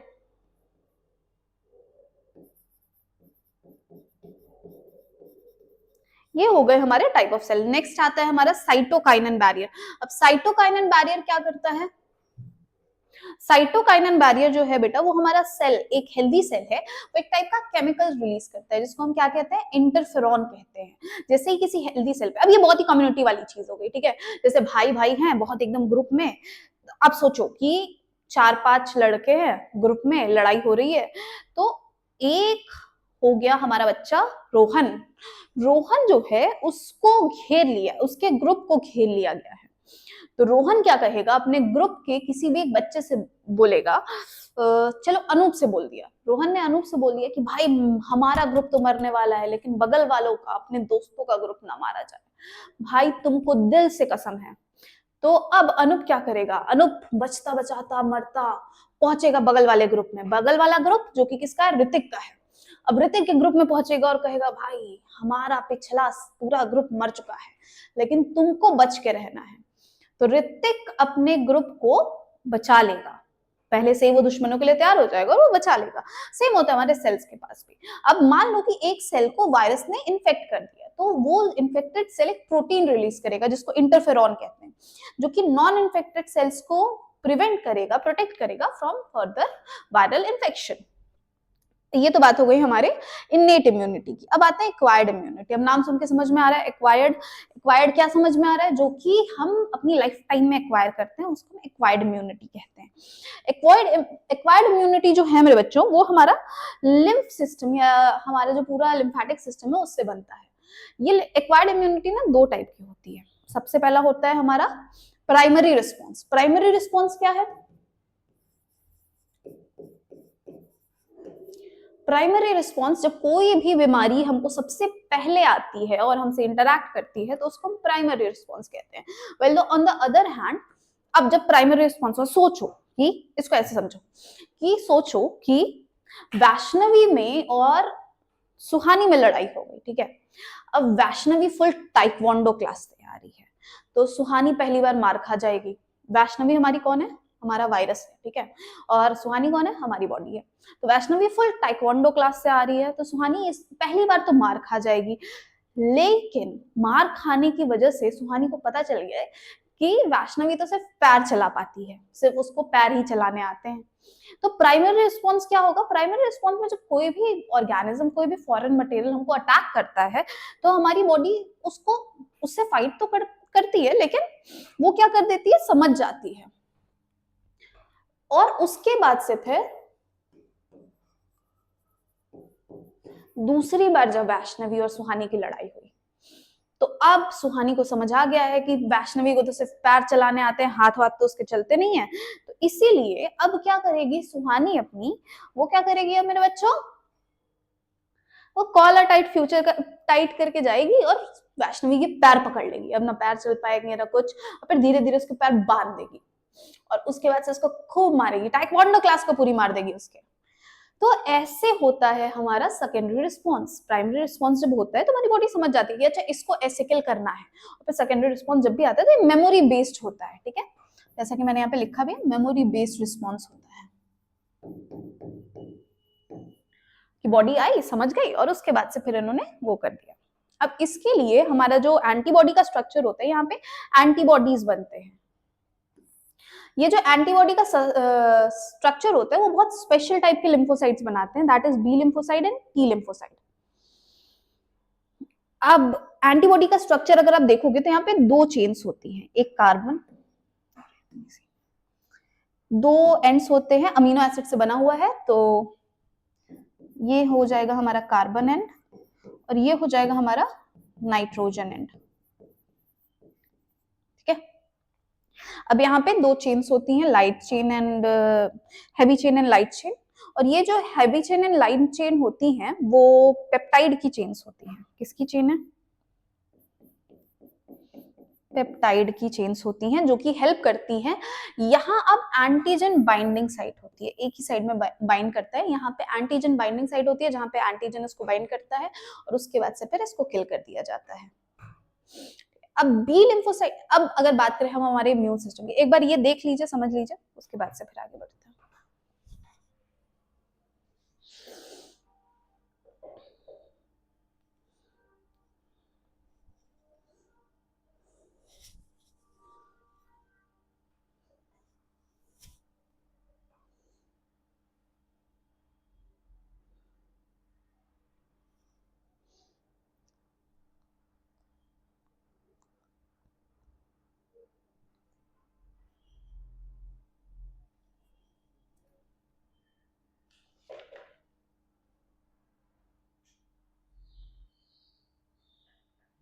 कर लीजिए।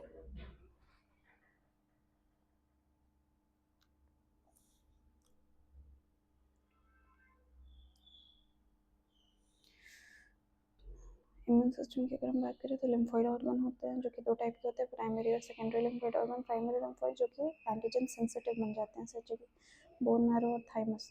और सेकेंडरी लिम्फोइड ऑर्गन जो कि एंटीजन के साथ इंटरैक्ट करते हैं, जैसे कि स्प्लीन। फिर लिम्फ नोड्स होते हैं जो कि जहाँ पे एंटीजन का इंटरेक्शन होता है। और तीसरा जो ऑर्गन है वो है हमारा malt, mucosa associated lymphoid tissue. 50% is present of the malt present at the lining of three systems, forming bone marrow and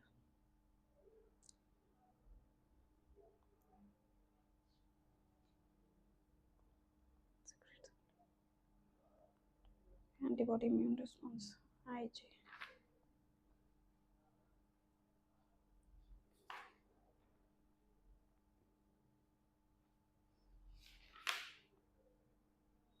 Which gives the antigen help T cells.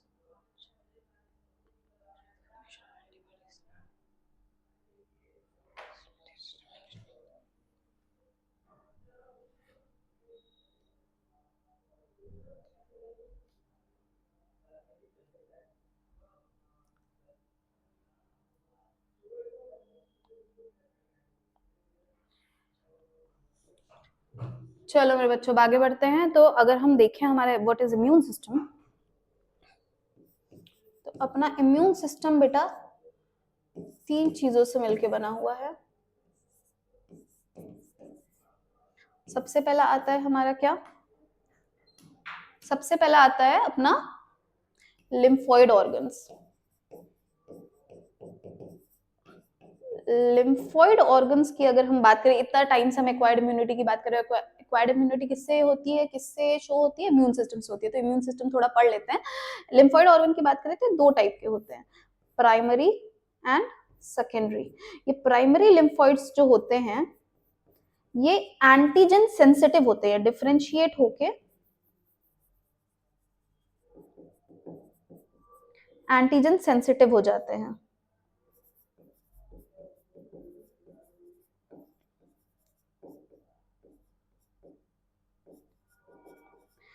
और सेकेंडरी ऑर्गन्स जो होते हैं वो कैसे होते हैं, वो एंटीजन से इंटरैक्ट करते हैं,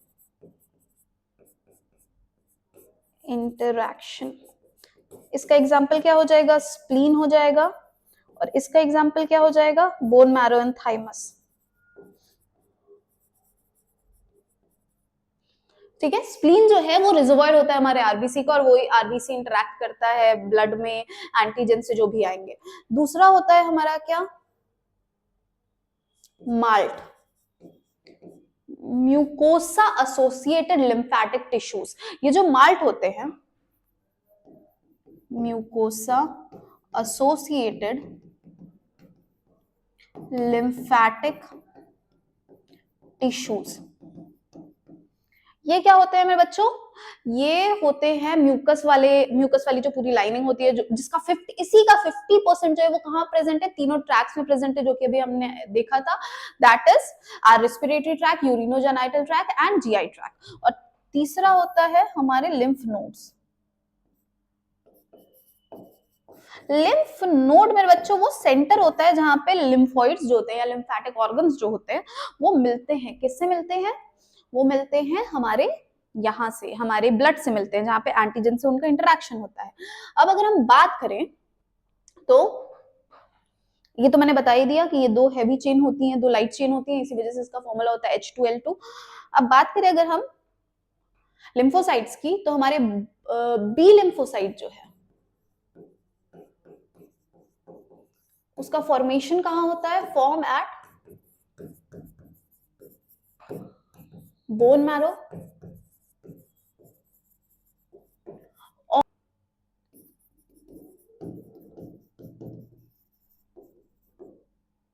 ठीक है। While on the other hand T lymphocytes जो होते हैं मेरे बच्चों, इसका फॉर्मेशन होता है बोन मैरो में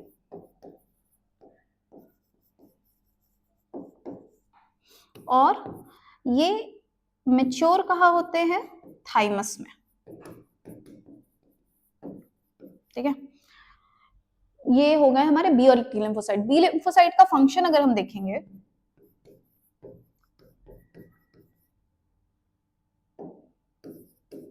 बी लिम्फोसाइट्स जो होते हैं वो फॉर्म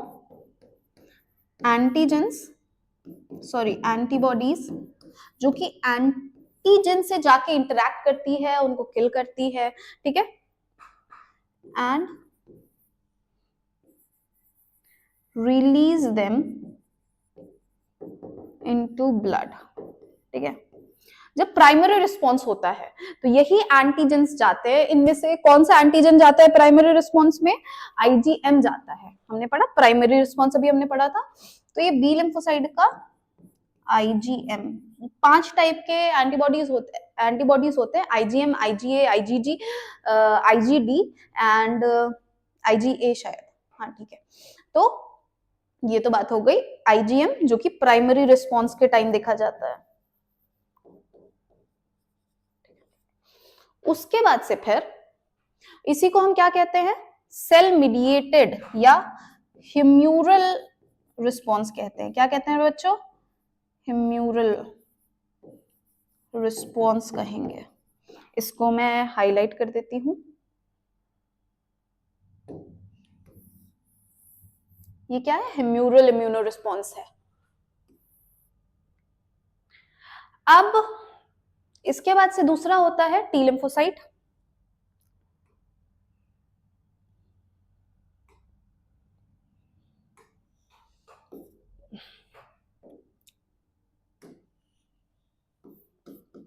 टी लिम्फोसाइट्स जो होते हैं, जैसा कि मैंने बताया, 2 टाइप के होते हैं, killer T cell and T helper cells. ठीक है, ये T killer cell secondary response के टाइम आते हैं और किल कर देते हैं। T helper cell helps B lymphocytes.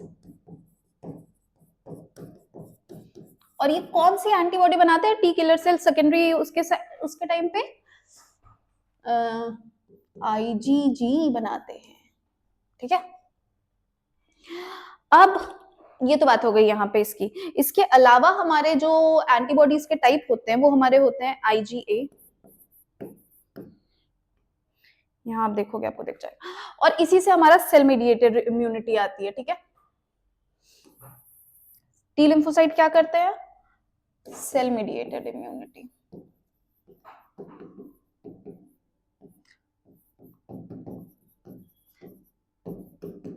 इन्हीं की वजह से बेटा, जब कभी भी हम ऑर्गन देते हैं, ऑर्गन डोनेट करते हैं ना, तो इन्हीं को मैच करवाना पड़ता है। वो मैच नहीं होते, वो फॉरेन मटेरियल पहचान लेते कि ये अपना सेल नहीं है, तो ये सेल को पहचानते हैं ये अपना सेल नहीं है, तो वो किल करने लगते हैं। इसकी वजह से ग्राफ्ट रिजेक्शन हो जाता है,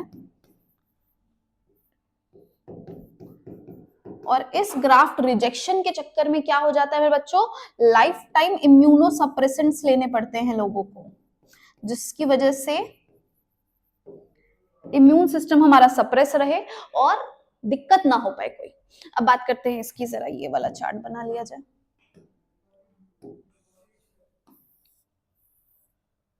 IgA, IgM, IgG, IGT.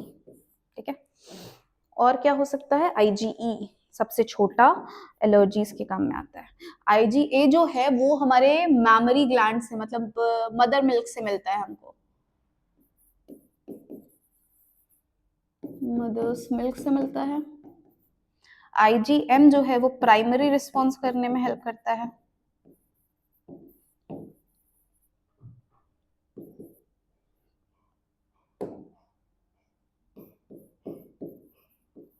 Primary response करने में हेल्प करता है। आईजीजी जो है वो सेकेंडरी रिस्पॉन्स करने में हेल्प करता है। ठीक है, आईजीडी जो है वो बी लिम्फोसाइट को एक्टिवेट करता है, activation of lymphocytes, and IgE जो है मेरे बच्चों वो क्या करता है? ये एलर्जिक रिएक्शन से फाइट करता है, एलर्जी से प्रिवेंट करता है, ठीक है। अब आते हैं इस पे, अब आते हैं एक्टिव एंड पैसिव इम्यूनिटी पे। तो एक्टिव इम्यूनिटी क्या होती है? एक्टिव इम्यूनिटी जो होती है वो स्लो इम्यूनिटी होती है, ठीक है, जिसमें माइक्रोब्स जो होते हैं वो बॉडी का एक्सेस पाते हैं, वहां से फिर हमारा वो प्रोटेक्ट करते हैं, लेकिन हमारी खुद की बॉडी उनको प्रिवेंट करती है। पैसिव इम्यूनिटी क्या होती है? जो कि ओवर द टाइम हमको मिलती है, जैसे कि मदर के मिल्क से, कोलेस्ट्रॉल से, ये जो हो गई ये हमारे पैसिव इम्यूनिटी है। प्लेसेंटा के थ्रू भी आती है, कौन सा? आईजीएम ही आता है, ठीक है। तो एक्टिव इम्यूनिटी क्या हो गई? एक्टिव इम्यूनिटी का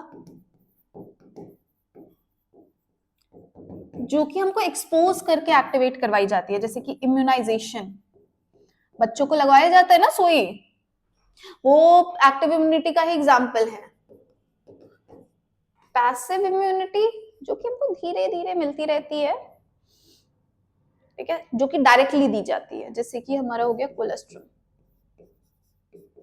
मदर मिल्क, ठीक है। नेक्स्ट आता है vaccination and immunisation. Vaccination immunisation आपने दोनों ही पढ़ा हुआ है। वैक्सीनेशन क्या है कि किसी भी माइक्रोब को सप्रेस करके, उसको वो करके डेड माइक्रोब को बॉडी में इन्फेक्ट करवा दिया गया, जिसकी वजह से बॉडी का प्राइमरी रिस्पॉन्स तो इजी था, बॉडी को समझ में आ गया, और उसके बाद से फिर क्या हो गया, उसकी मदद से बॉडी में सेकेंडरी रिस्पॉन्स जनरेट हो गया। बॉडी को पता चल गया कि अब इस पर्सन को कैसे किल, अब इस माइक्रोब को कैसे, पर्सन नहीं माइक्रोब को कैसे किल करना है। तो दैट इज योर इम्यूनाइजेशन। इसमें क्या होता है, इम्यूनाइजेशन या वैक्सीनेशन की प्रॉपर्टी में, इसमें इम्यून सिस्टम को मेमोरी दे दी जाती है।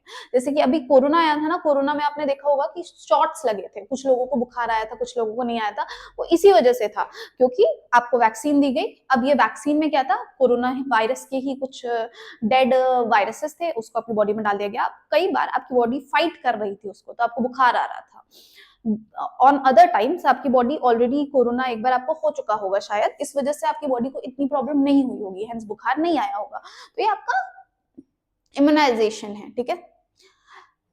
कई बार ना कई केसेस में क्या होता है कि अगर स्नेक बाइट हो गया है तो इंजेक्शन जो है उसमें एंटीबॉडी स्नेक वेनम के अगेंस्ट दी जाती है। इस टाइप के इम्यूनाइजेशन को क्या कहते हैं? पैसिव इम्यूनाइजेशन कहते हैं, ठीक है। आई होप ये समझ आ गया होगा इसमें। And eight the last allergy, जब आप एग्जैजरेट, एलर्जी क्या है? Exaggerated response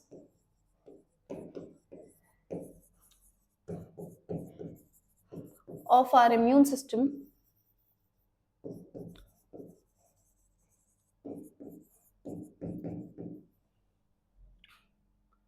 to the antigen present in environment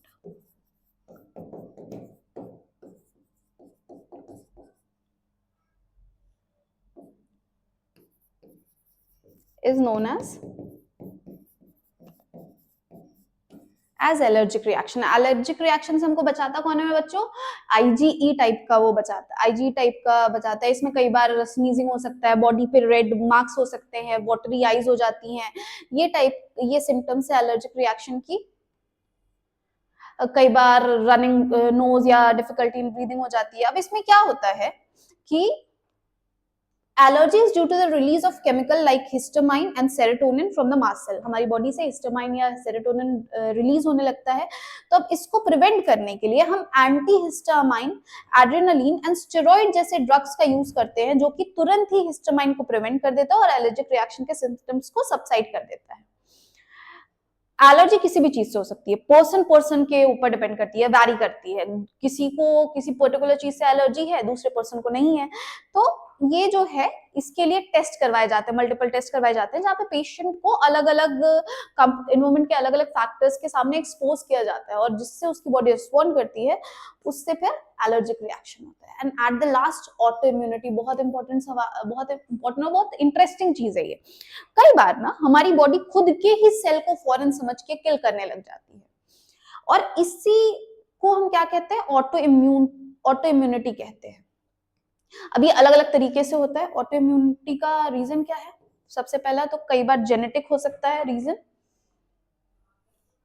कई बार क्या हो सकता है, रीजन जो है वो जेनेटिक है।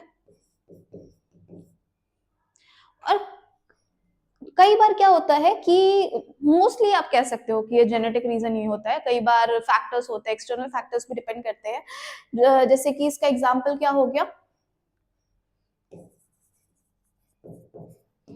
Body starts to attack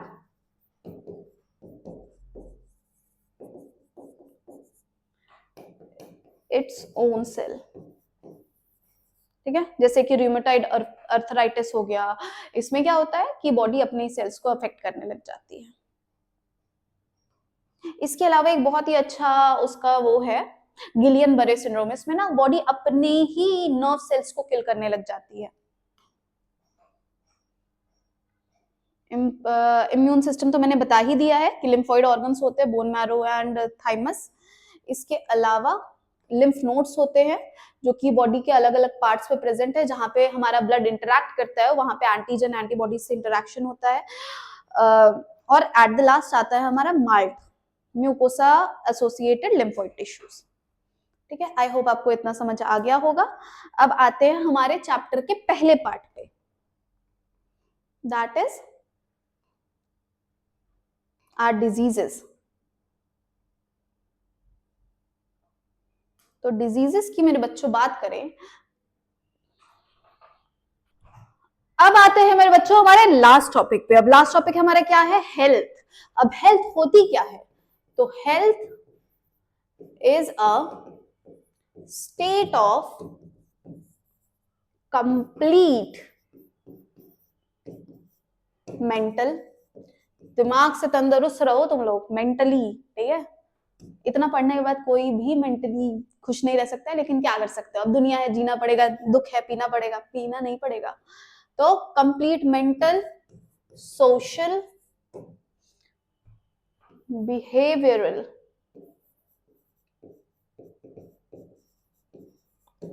physical wellbeing. और ये बात मैं नहीं कह रही हूं, ये बात कह रहा है कौन, WHO। WHO world health organisation ने ये बात कही है कि क्या है, health is a state of complete mental, social, behavioural and physical.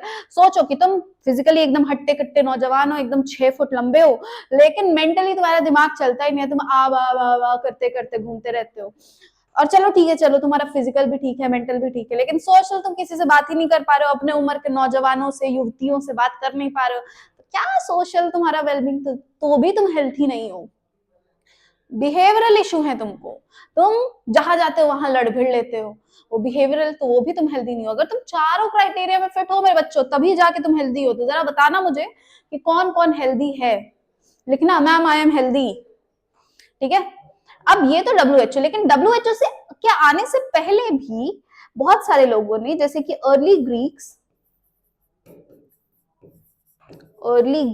And Indians ने भी हेल्थ की एक डेफिनेशन दी थी, जिसमें उन्होंने कहा गुड ह्यूमर हाइपोथेसिस।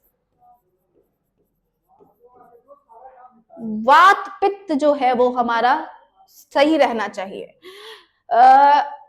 इसमें उन्होंने कहा था। इसके अलावा हेल्थ जो है वो, इसके अलावा जब तक विलियम हार्वी ने सर्कुलेटरी सिस्टम का वो नहीं किया था, तब तक लोगों को ये लगता था कि कुछ ब्लैक बाइल है, गुड ह्यूमर है। अगर ब्लैक बाइल ज्यादा हो जा रहा है, जैसे कि आप चाइनीज मेडिसिन में भी देखोगे कि he is of fire state और she is from water state, तो क्या आपके में ज्यादा, उसका बैलेंस होना चाहिए, अग्नि का, पानी का, पांचों तत्वों से मिलकर बने हुए, आप उसमें से कुछ भी ज्यादा नहीं होना चाहिए। फिर आए विलियम हार्वी, उन्होंने सर्कुलेटरी सिस्टम बता दिया, उन्होंने कहा कि no no, you are saying everything wrong, हम 5 तत्वों से नहीं बने हैं, हम तो बने हैं खून से, मांस से, पानी से नहीं बने हैं, तो ये सारी चीजों से बने हुए हैं। अब ये हेल्थ को इफेक्ट क्या कर सकता है, जेनेटिक डिसऑर्डर्स, इन्फेक्शंस और लाइफस्टाइल। दारू वारू बहुत पियो, हेल्थ इफेक्ट हो जाएगी। बहुत सारा घूम फिर के एकदम कचड़े में रहो, लपेटे रहो कचड़ा, तो भी हेल्थ इफेक्ट हो जाएगी। हाइजीन बहुत इंपॉर्टेंट है। जेनेटिक डिसऑर्डर्स भी हो सकते हैं। अब हेल्थ, हेल्थ का ठीक उल्टा क्या होगा? डिजीज्ड। अगर आप डिजीज फ्री हैं तो आप हेल्दी हैं? नो बेटा, अगर आप डिजीज फ्री हैं तो भी आप अनहेल्दी हो सकते हैं। लेकिन डिजीज जो है,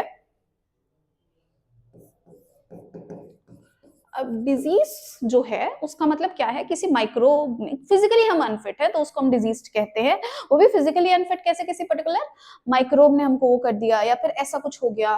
तो इसको दो पार्ट्स में डिवाइड किया गया है, इन्फेक्शियस एंड नॉन इन्फेक्शियस। इसी को हम कम्युनिकेबल, नॉन कम्युनिकेबल भी बोलते हैं।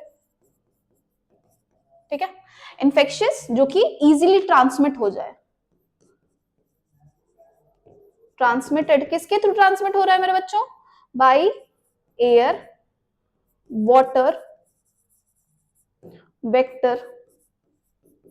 ठीक है, नॉन इन्फेक्शियस जो कि किसी भी तरीके से ट्रांसमिट ना हो पाए, जैसे कि अभी हमने पढ़ा था cancer and AIDS. AIDS transferable disease है, बट कैंसर जैसे कि जेनेटिक डिसऑर्डर्स हो गए वो नॉन इन्फेक्शियस है। ये एक पर्सन से दूसरे पर्सन तक अगर मैंने छींक दिया तो उसका मतलब ये थोड़ी है कि कैंसर हो जाएगा। No, it is not possible. तो ये हो गए हमारे infectious and non infectious disorders. ठीक है, अब इन्हीं में से कुछ डिसऑर्डर्स हम पढ़ लेंगे, कॉमन डिजीजेस। सबसे पहला आता है हमारा टाइफॉइड। हाँ, 2 पेज, 2 मिनट रुक जाइए, 10 मिनट एट मैक्स में 10 मिनट में निपटा दूंगी। जब आना ना अगले लेक्चर में तो उसको निपटा नहीं नहीं नहीं, ना ना ना ना, प्लीज नहीं। हम निकल ले? नहीं, 10 मिनट बस रुक जाइए। अरे सुंदरम है, कोई बात नहीं, फिर भी 10 मिनट रुक जाइए। ठीक है, बस 10 मिनट हम निपटा देंगे। ठीक है, तो चलो मेरे बच्चों, आते हैं सबसे पहला टाइफॉइड। टाइफॉइड क्या है पहले तो? ये फैलता किससे है? By salmonella typhi. अब सैल्मोनेला टाइफी जो है ये स्मॉल इंटेस्टाइन में पाया जाता है। खाने कैसे फैला हुआ है? बाय इन्फेक्शियस डिजीज है। कैसे फैलेगा? By contaminated food,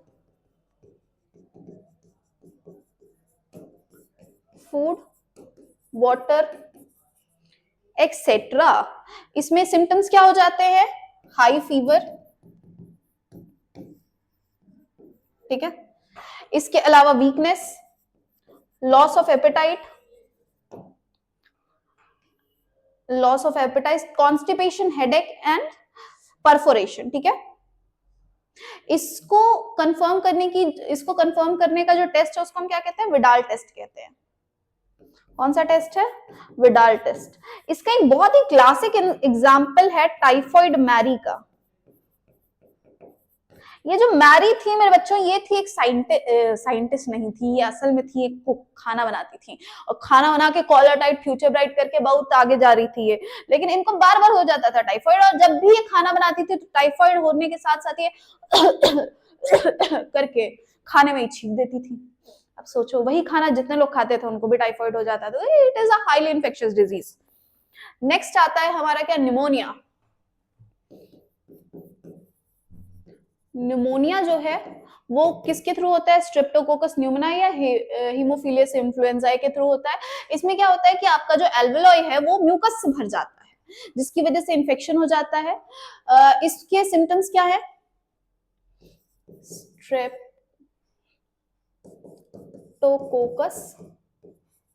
pneumoniae.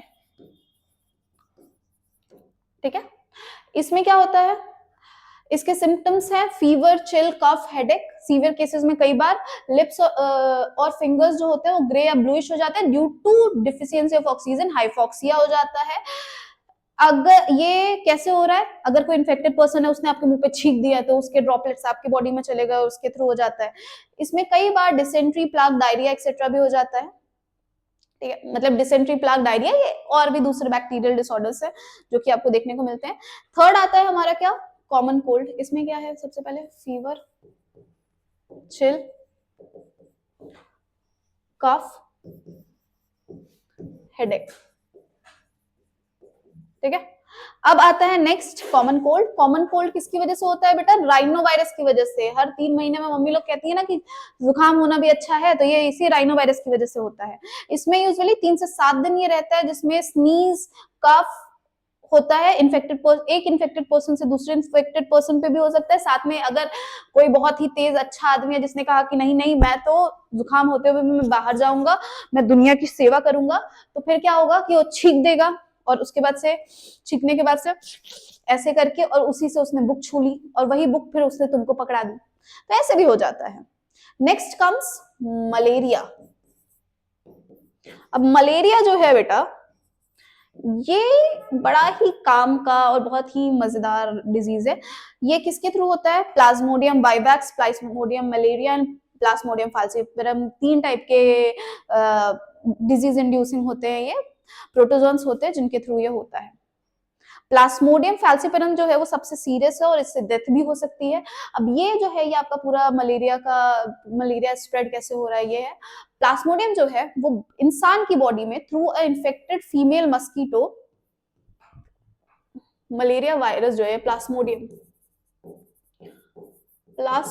Enter करता है ह्यूमन बॉडी में via in the form of, किसके फॉर्म में? स्पोर्स के फॉर्म में, फॉर्म ऑफ स्पोर्स बाय, जब भी मच्छर काटती है। और कौन सा मच्छर? Female anopheles. तो इनकी बॉडी में होता है, स्पोर्स के फॉर्म में एंटर करता है। फिर पैरासाइट जो है वो लिवर सेल में जाता है। अब ह्यूमन बॉडी कहां गई? ह्यूमन बॉडी में लिवर सेल के पास जाता है और लिवर सेल में ये क्या करते हैं? रेड ब्लड सेल को अटैक करना शुरू कर देते हैं, आरबीसी को अटैक करना शुरू कर देंगे, ठीक है। जिसकी वजह से आरबीसी क्या हो जाता है? ये हो जाएगा रप्चर। रप्चर का मतलब क्या है मेरे बच्चों? टूट गया, ये टूट गई, टूट के में चूर हो गई, तो ये चूर हो गया है अब। और इसके बाद से फिर जैसे ही रप्चर होगा वैसे ही एक टॉक्सिक सब्सटेंस रिलीज होता है, हेमोजोइन, ठीक है। हीमोजोइन की वजह से अचानक से आपको क्या आने लगते हैं? चिल, फीवर, ठीक है। इसके अलावा ठंड लगने लगेगी, हाई फीवर आ जाएगा, बहुत ज्यादा दिक्कतें होने लगेंगी, बहुत दिक्कत होती है, ठीक है। अब इसके बाद से क्या होगा कि जैसे ही फीमेल मस्कीटो जो है वो, अब यहाँ देखिए, अब यहाँ पे सबसे पहले फीमेल मस्कीटो जो है वो किसी हेल्दी पर्सन को बाइट कर रही है। वो जो हेल्दी पर्सन है उसके अंदर स्पोर्स हैं, वो जा रहे हैं यहाँ पे। स्पोर्स अब क्या करेंगे मेरे बच्चों? ये जाके आरबीसी को रप्चर करना शुरू करेंगे। इसके साथ साथ ये क्या करेंगे? इसके अलावा ये किस फॉर्म में? ये गैमेटोफाइट फॉर्म में सिक्रीट होते हैं, फर्दर डेवलप होते हैं। और ये स्पोर्स जो है लिवर सेल में, ये तो हो ही रहा है, साथ में ये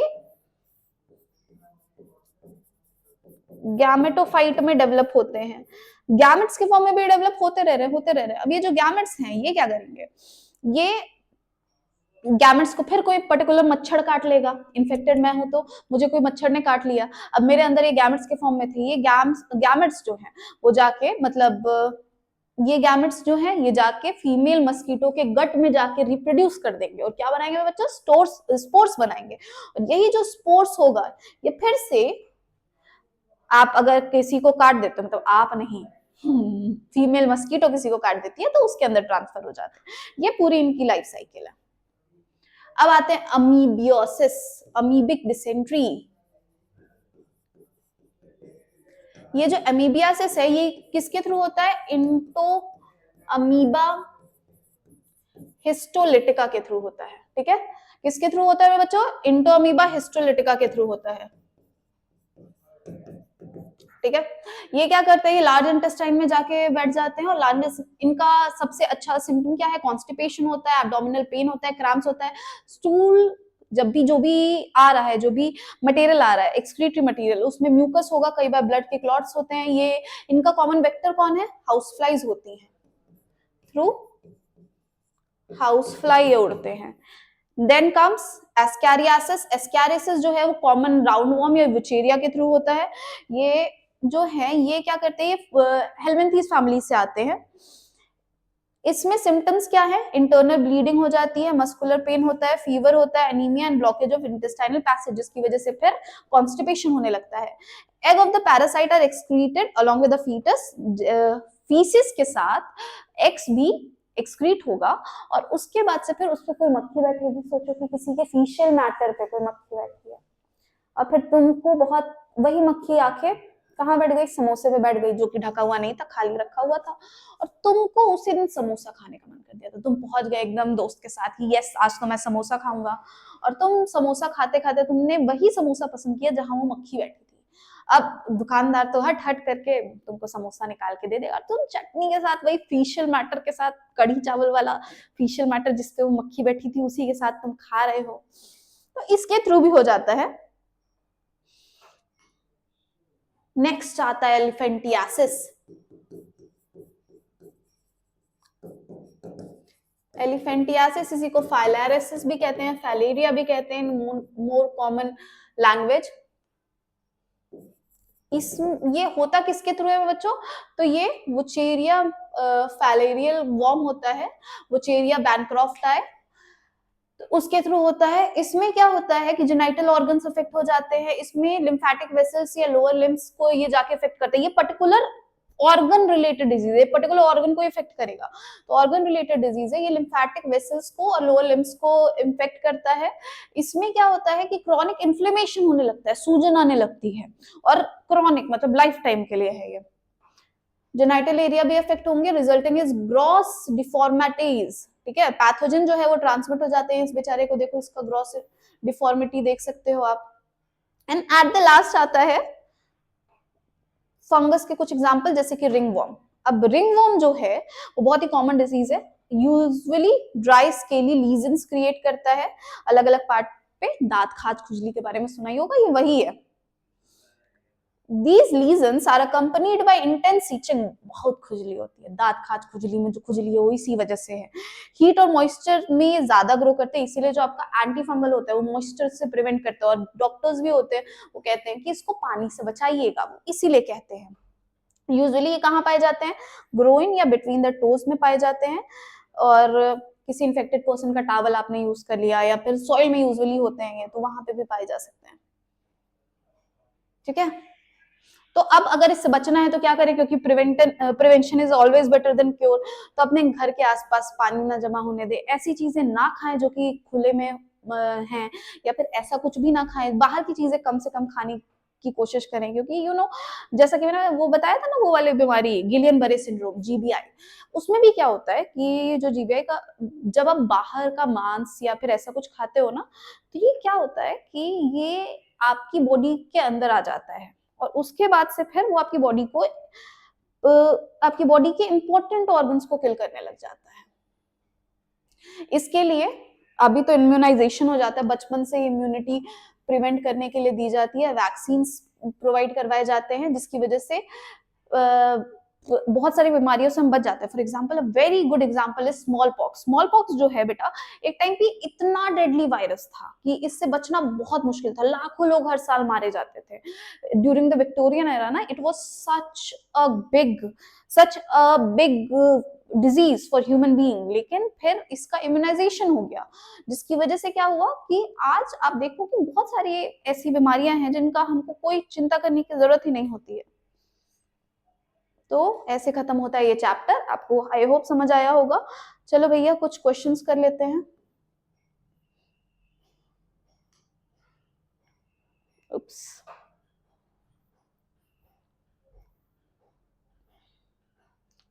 चलो, explain the life cycle of Plasmodium in human. सबसे पहले क्या होता है? इन्फेक्शन होता है, जहां पे इन्फेक्टेड फीमेल एनोफिलीज मस्कीटो जो है वो ह्यूमन को बाइट करती है, और उसकी बॉडी में जो स्पोर्स प्रेजेंट होते हैं वो ह्यूमन के ब्लड स्ट्रीम में चले जाते हैं। वहां से फिर लिवर स्टेज में आते हैं, जहाँ पे एसेक्सुअल रिप्रोडक्शन होता है, डिवाइड होने लगते हैं। स्पोरोजाइट्स जो है वो लिवर में जाते हैं और मल्टीप्लाई होने लगते हैं, किसके फॉर्म में? मेरोजोइट्स के फॉर्म में। फिर आरबीसी पे मेरोजोइट्स इंटर करते हैं और मल्टीपल फिजन के थ्रू ये एक से ज्यादा मेरोजोइट्स प्रोड्यूस करने लगते हैं। फिर आरबीसी रप्चर हो जाता है और एक टॉक्सिन रिलीज करता है। कौन टॉक्सिन का क्या नाम था? हीमोजोइन। इसके बाद से फिर गेमेटोसाइट के फॉर्म में गेमेटोसाइट्स का फॉर्मेशन होता है। जहाँ पे सब मेरोसाइट्स मेल और फीमेल गैमेटोफाइट के फॉर्म में डेवलप होते हैं और फिर जो दूसरा मच्छर काटेगा वो उनकी बॉडी में चले जाएंगे, वहां पे इनका फर्टिलाइजेशन होता है, मेल फीमेल गैमेट्स मिलते हैं और नया यंग वन बनाते हैं। What is AIDS? Describe its causes, symptom and prevention. AIDS क्या है? AIDS एक डिजीज है। कैसा डिजीज है? जो कि इस लाइफ टाइम में एक्वायर किया जाता है, जो कि हमारे इम्यून सिस्टम को डिफिशियंट बना देता है और जिसकी वजह से मल्टीपल डिजीजेस हो जाते हैं। इसको HIV वायरस के थ्रू होता है। ये कॉजेस क्या है? Unprotected sexual contact, unknown person के साथ सेक्सुअल इंटरकोर्स करना या फिर मल्टीपल पार्टनर्स के साथ सेक्सुअल इंटरकोर्स करना, ब्लड ट्रांसफ्यूजन, कोई इन्फेक्टेड पर्सन है उसको दुनिया की भलाई सूझी तो वो चला गया खून देने और तुमने वही खून ले लिया, ब्लड ट्रांसफ्यूजन हो गया। शेयरिंग इन्फेक्टेड नीडल्स शेयर करना। आप सोचो ग्रुप में बैठ के तुम ड्रग्स कर रहे हो और उसमें से एक पर्सन जो है वो एड्स का पीड़ित है, लेकिन तुम्हारे पास इतने पैसे तो है नहीं क्योंकि तुम तो ड्रग्स करते हो, तो तुम्हारे पास इतने पैसे हैं नहीं कि तुम अकेले अपना अलग से नीडल खरीद सको, तो तुम लोग सब लोग एक ही नीडल शेयर कर रहे हो। उसने जो नीडल यूज की है वही तुम भी यूज कर लोगे और तुमको भी एड्स हो जाएंगे। From infected mother to child, infected mother से चाइल्ड में हो जाता है। इसको वर्टिकल ट्रांसमिशन भी कहते हैं। सिम्टम क्या होंगे? सबसे पहले सिम्टम्स क्या होंगे? वेट लॉस, लगातार फीवर बना रहेगा, swollen lymph node and recurrent infection, bar bar infection होते रहेंगे। ठीक है। प्रिवेंशन, हैव सेफ सेक्स, जो भी कॉजेज है उनको अवॉइड कर दो। Screening of blood, multiple screenings करवाओ ब्लड की ताकि पता चल जाए, अर्ली पता चल जाएगा तो हो सकता है कि बचाया जा सके, बचाया नहीं मतलब क्योर नहीं है इसका, लेकिन आपकी लाइफ स्पैन को बढ़ाया जा सकता है। स्टेराइल न्यूडल्स का यूज करो, ड्रग्स तो बिल्कुल मत करो। और अवेयरनेस प्रोग्राम। ऐसे खत्म होता है मैं बच्चों हमारा चैप्टर। उम्मीद है आपको ये चैप्टर समझ आया होगा। फिर भी अगर कोई कंफ्यूजन है तो प्लीज कमेंट करिए, बताइए। साथ में आपको अगर इसके नोट्स चाहिए तो हमारे WhatsApp channel as well as Telegram channel पे भी इसके नोट्स अवेलेबल है। बाकी अगला चैप्टर जल्दी ही आ जाएगा, so don't worry about that. मिलते हैं तब तक के लिए इसी जोश इसी उमंग के साथ अगले एपिसोड में।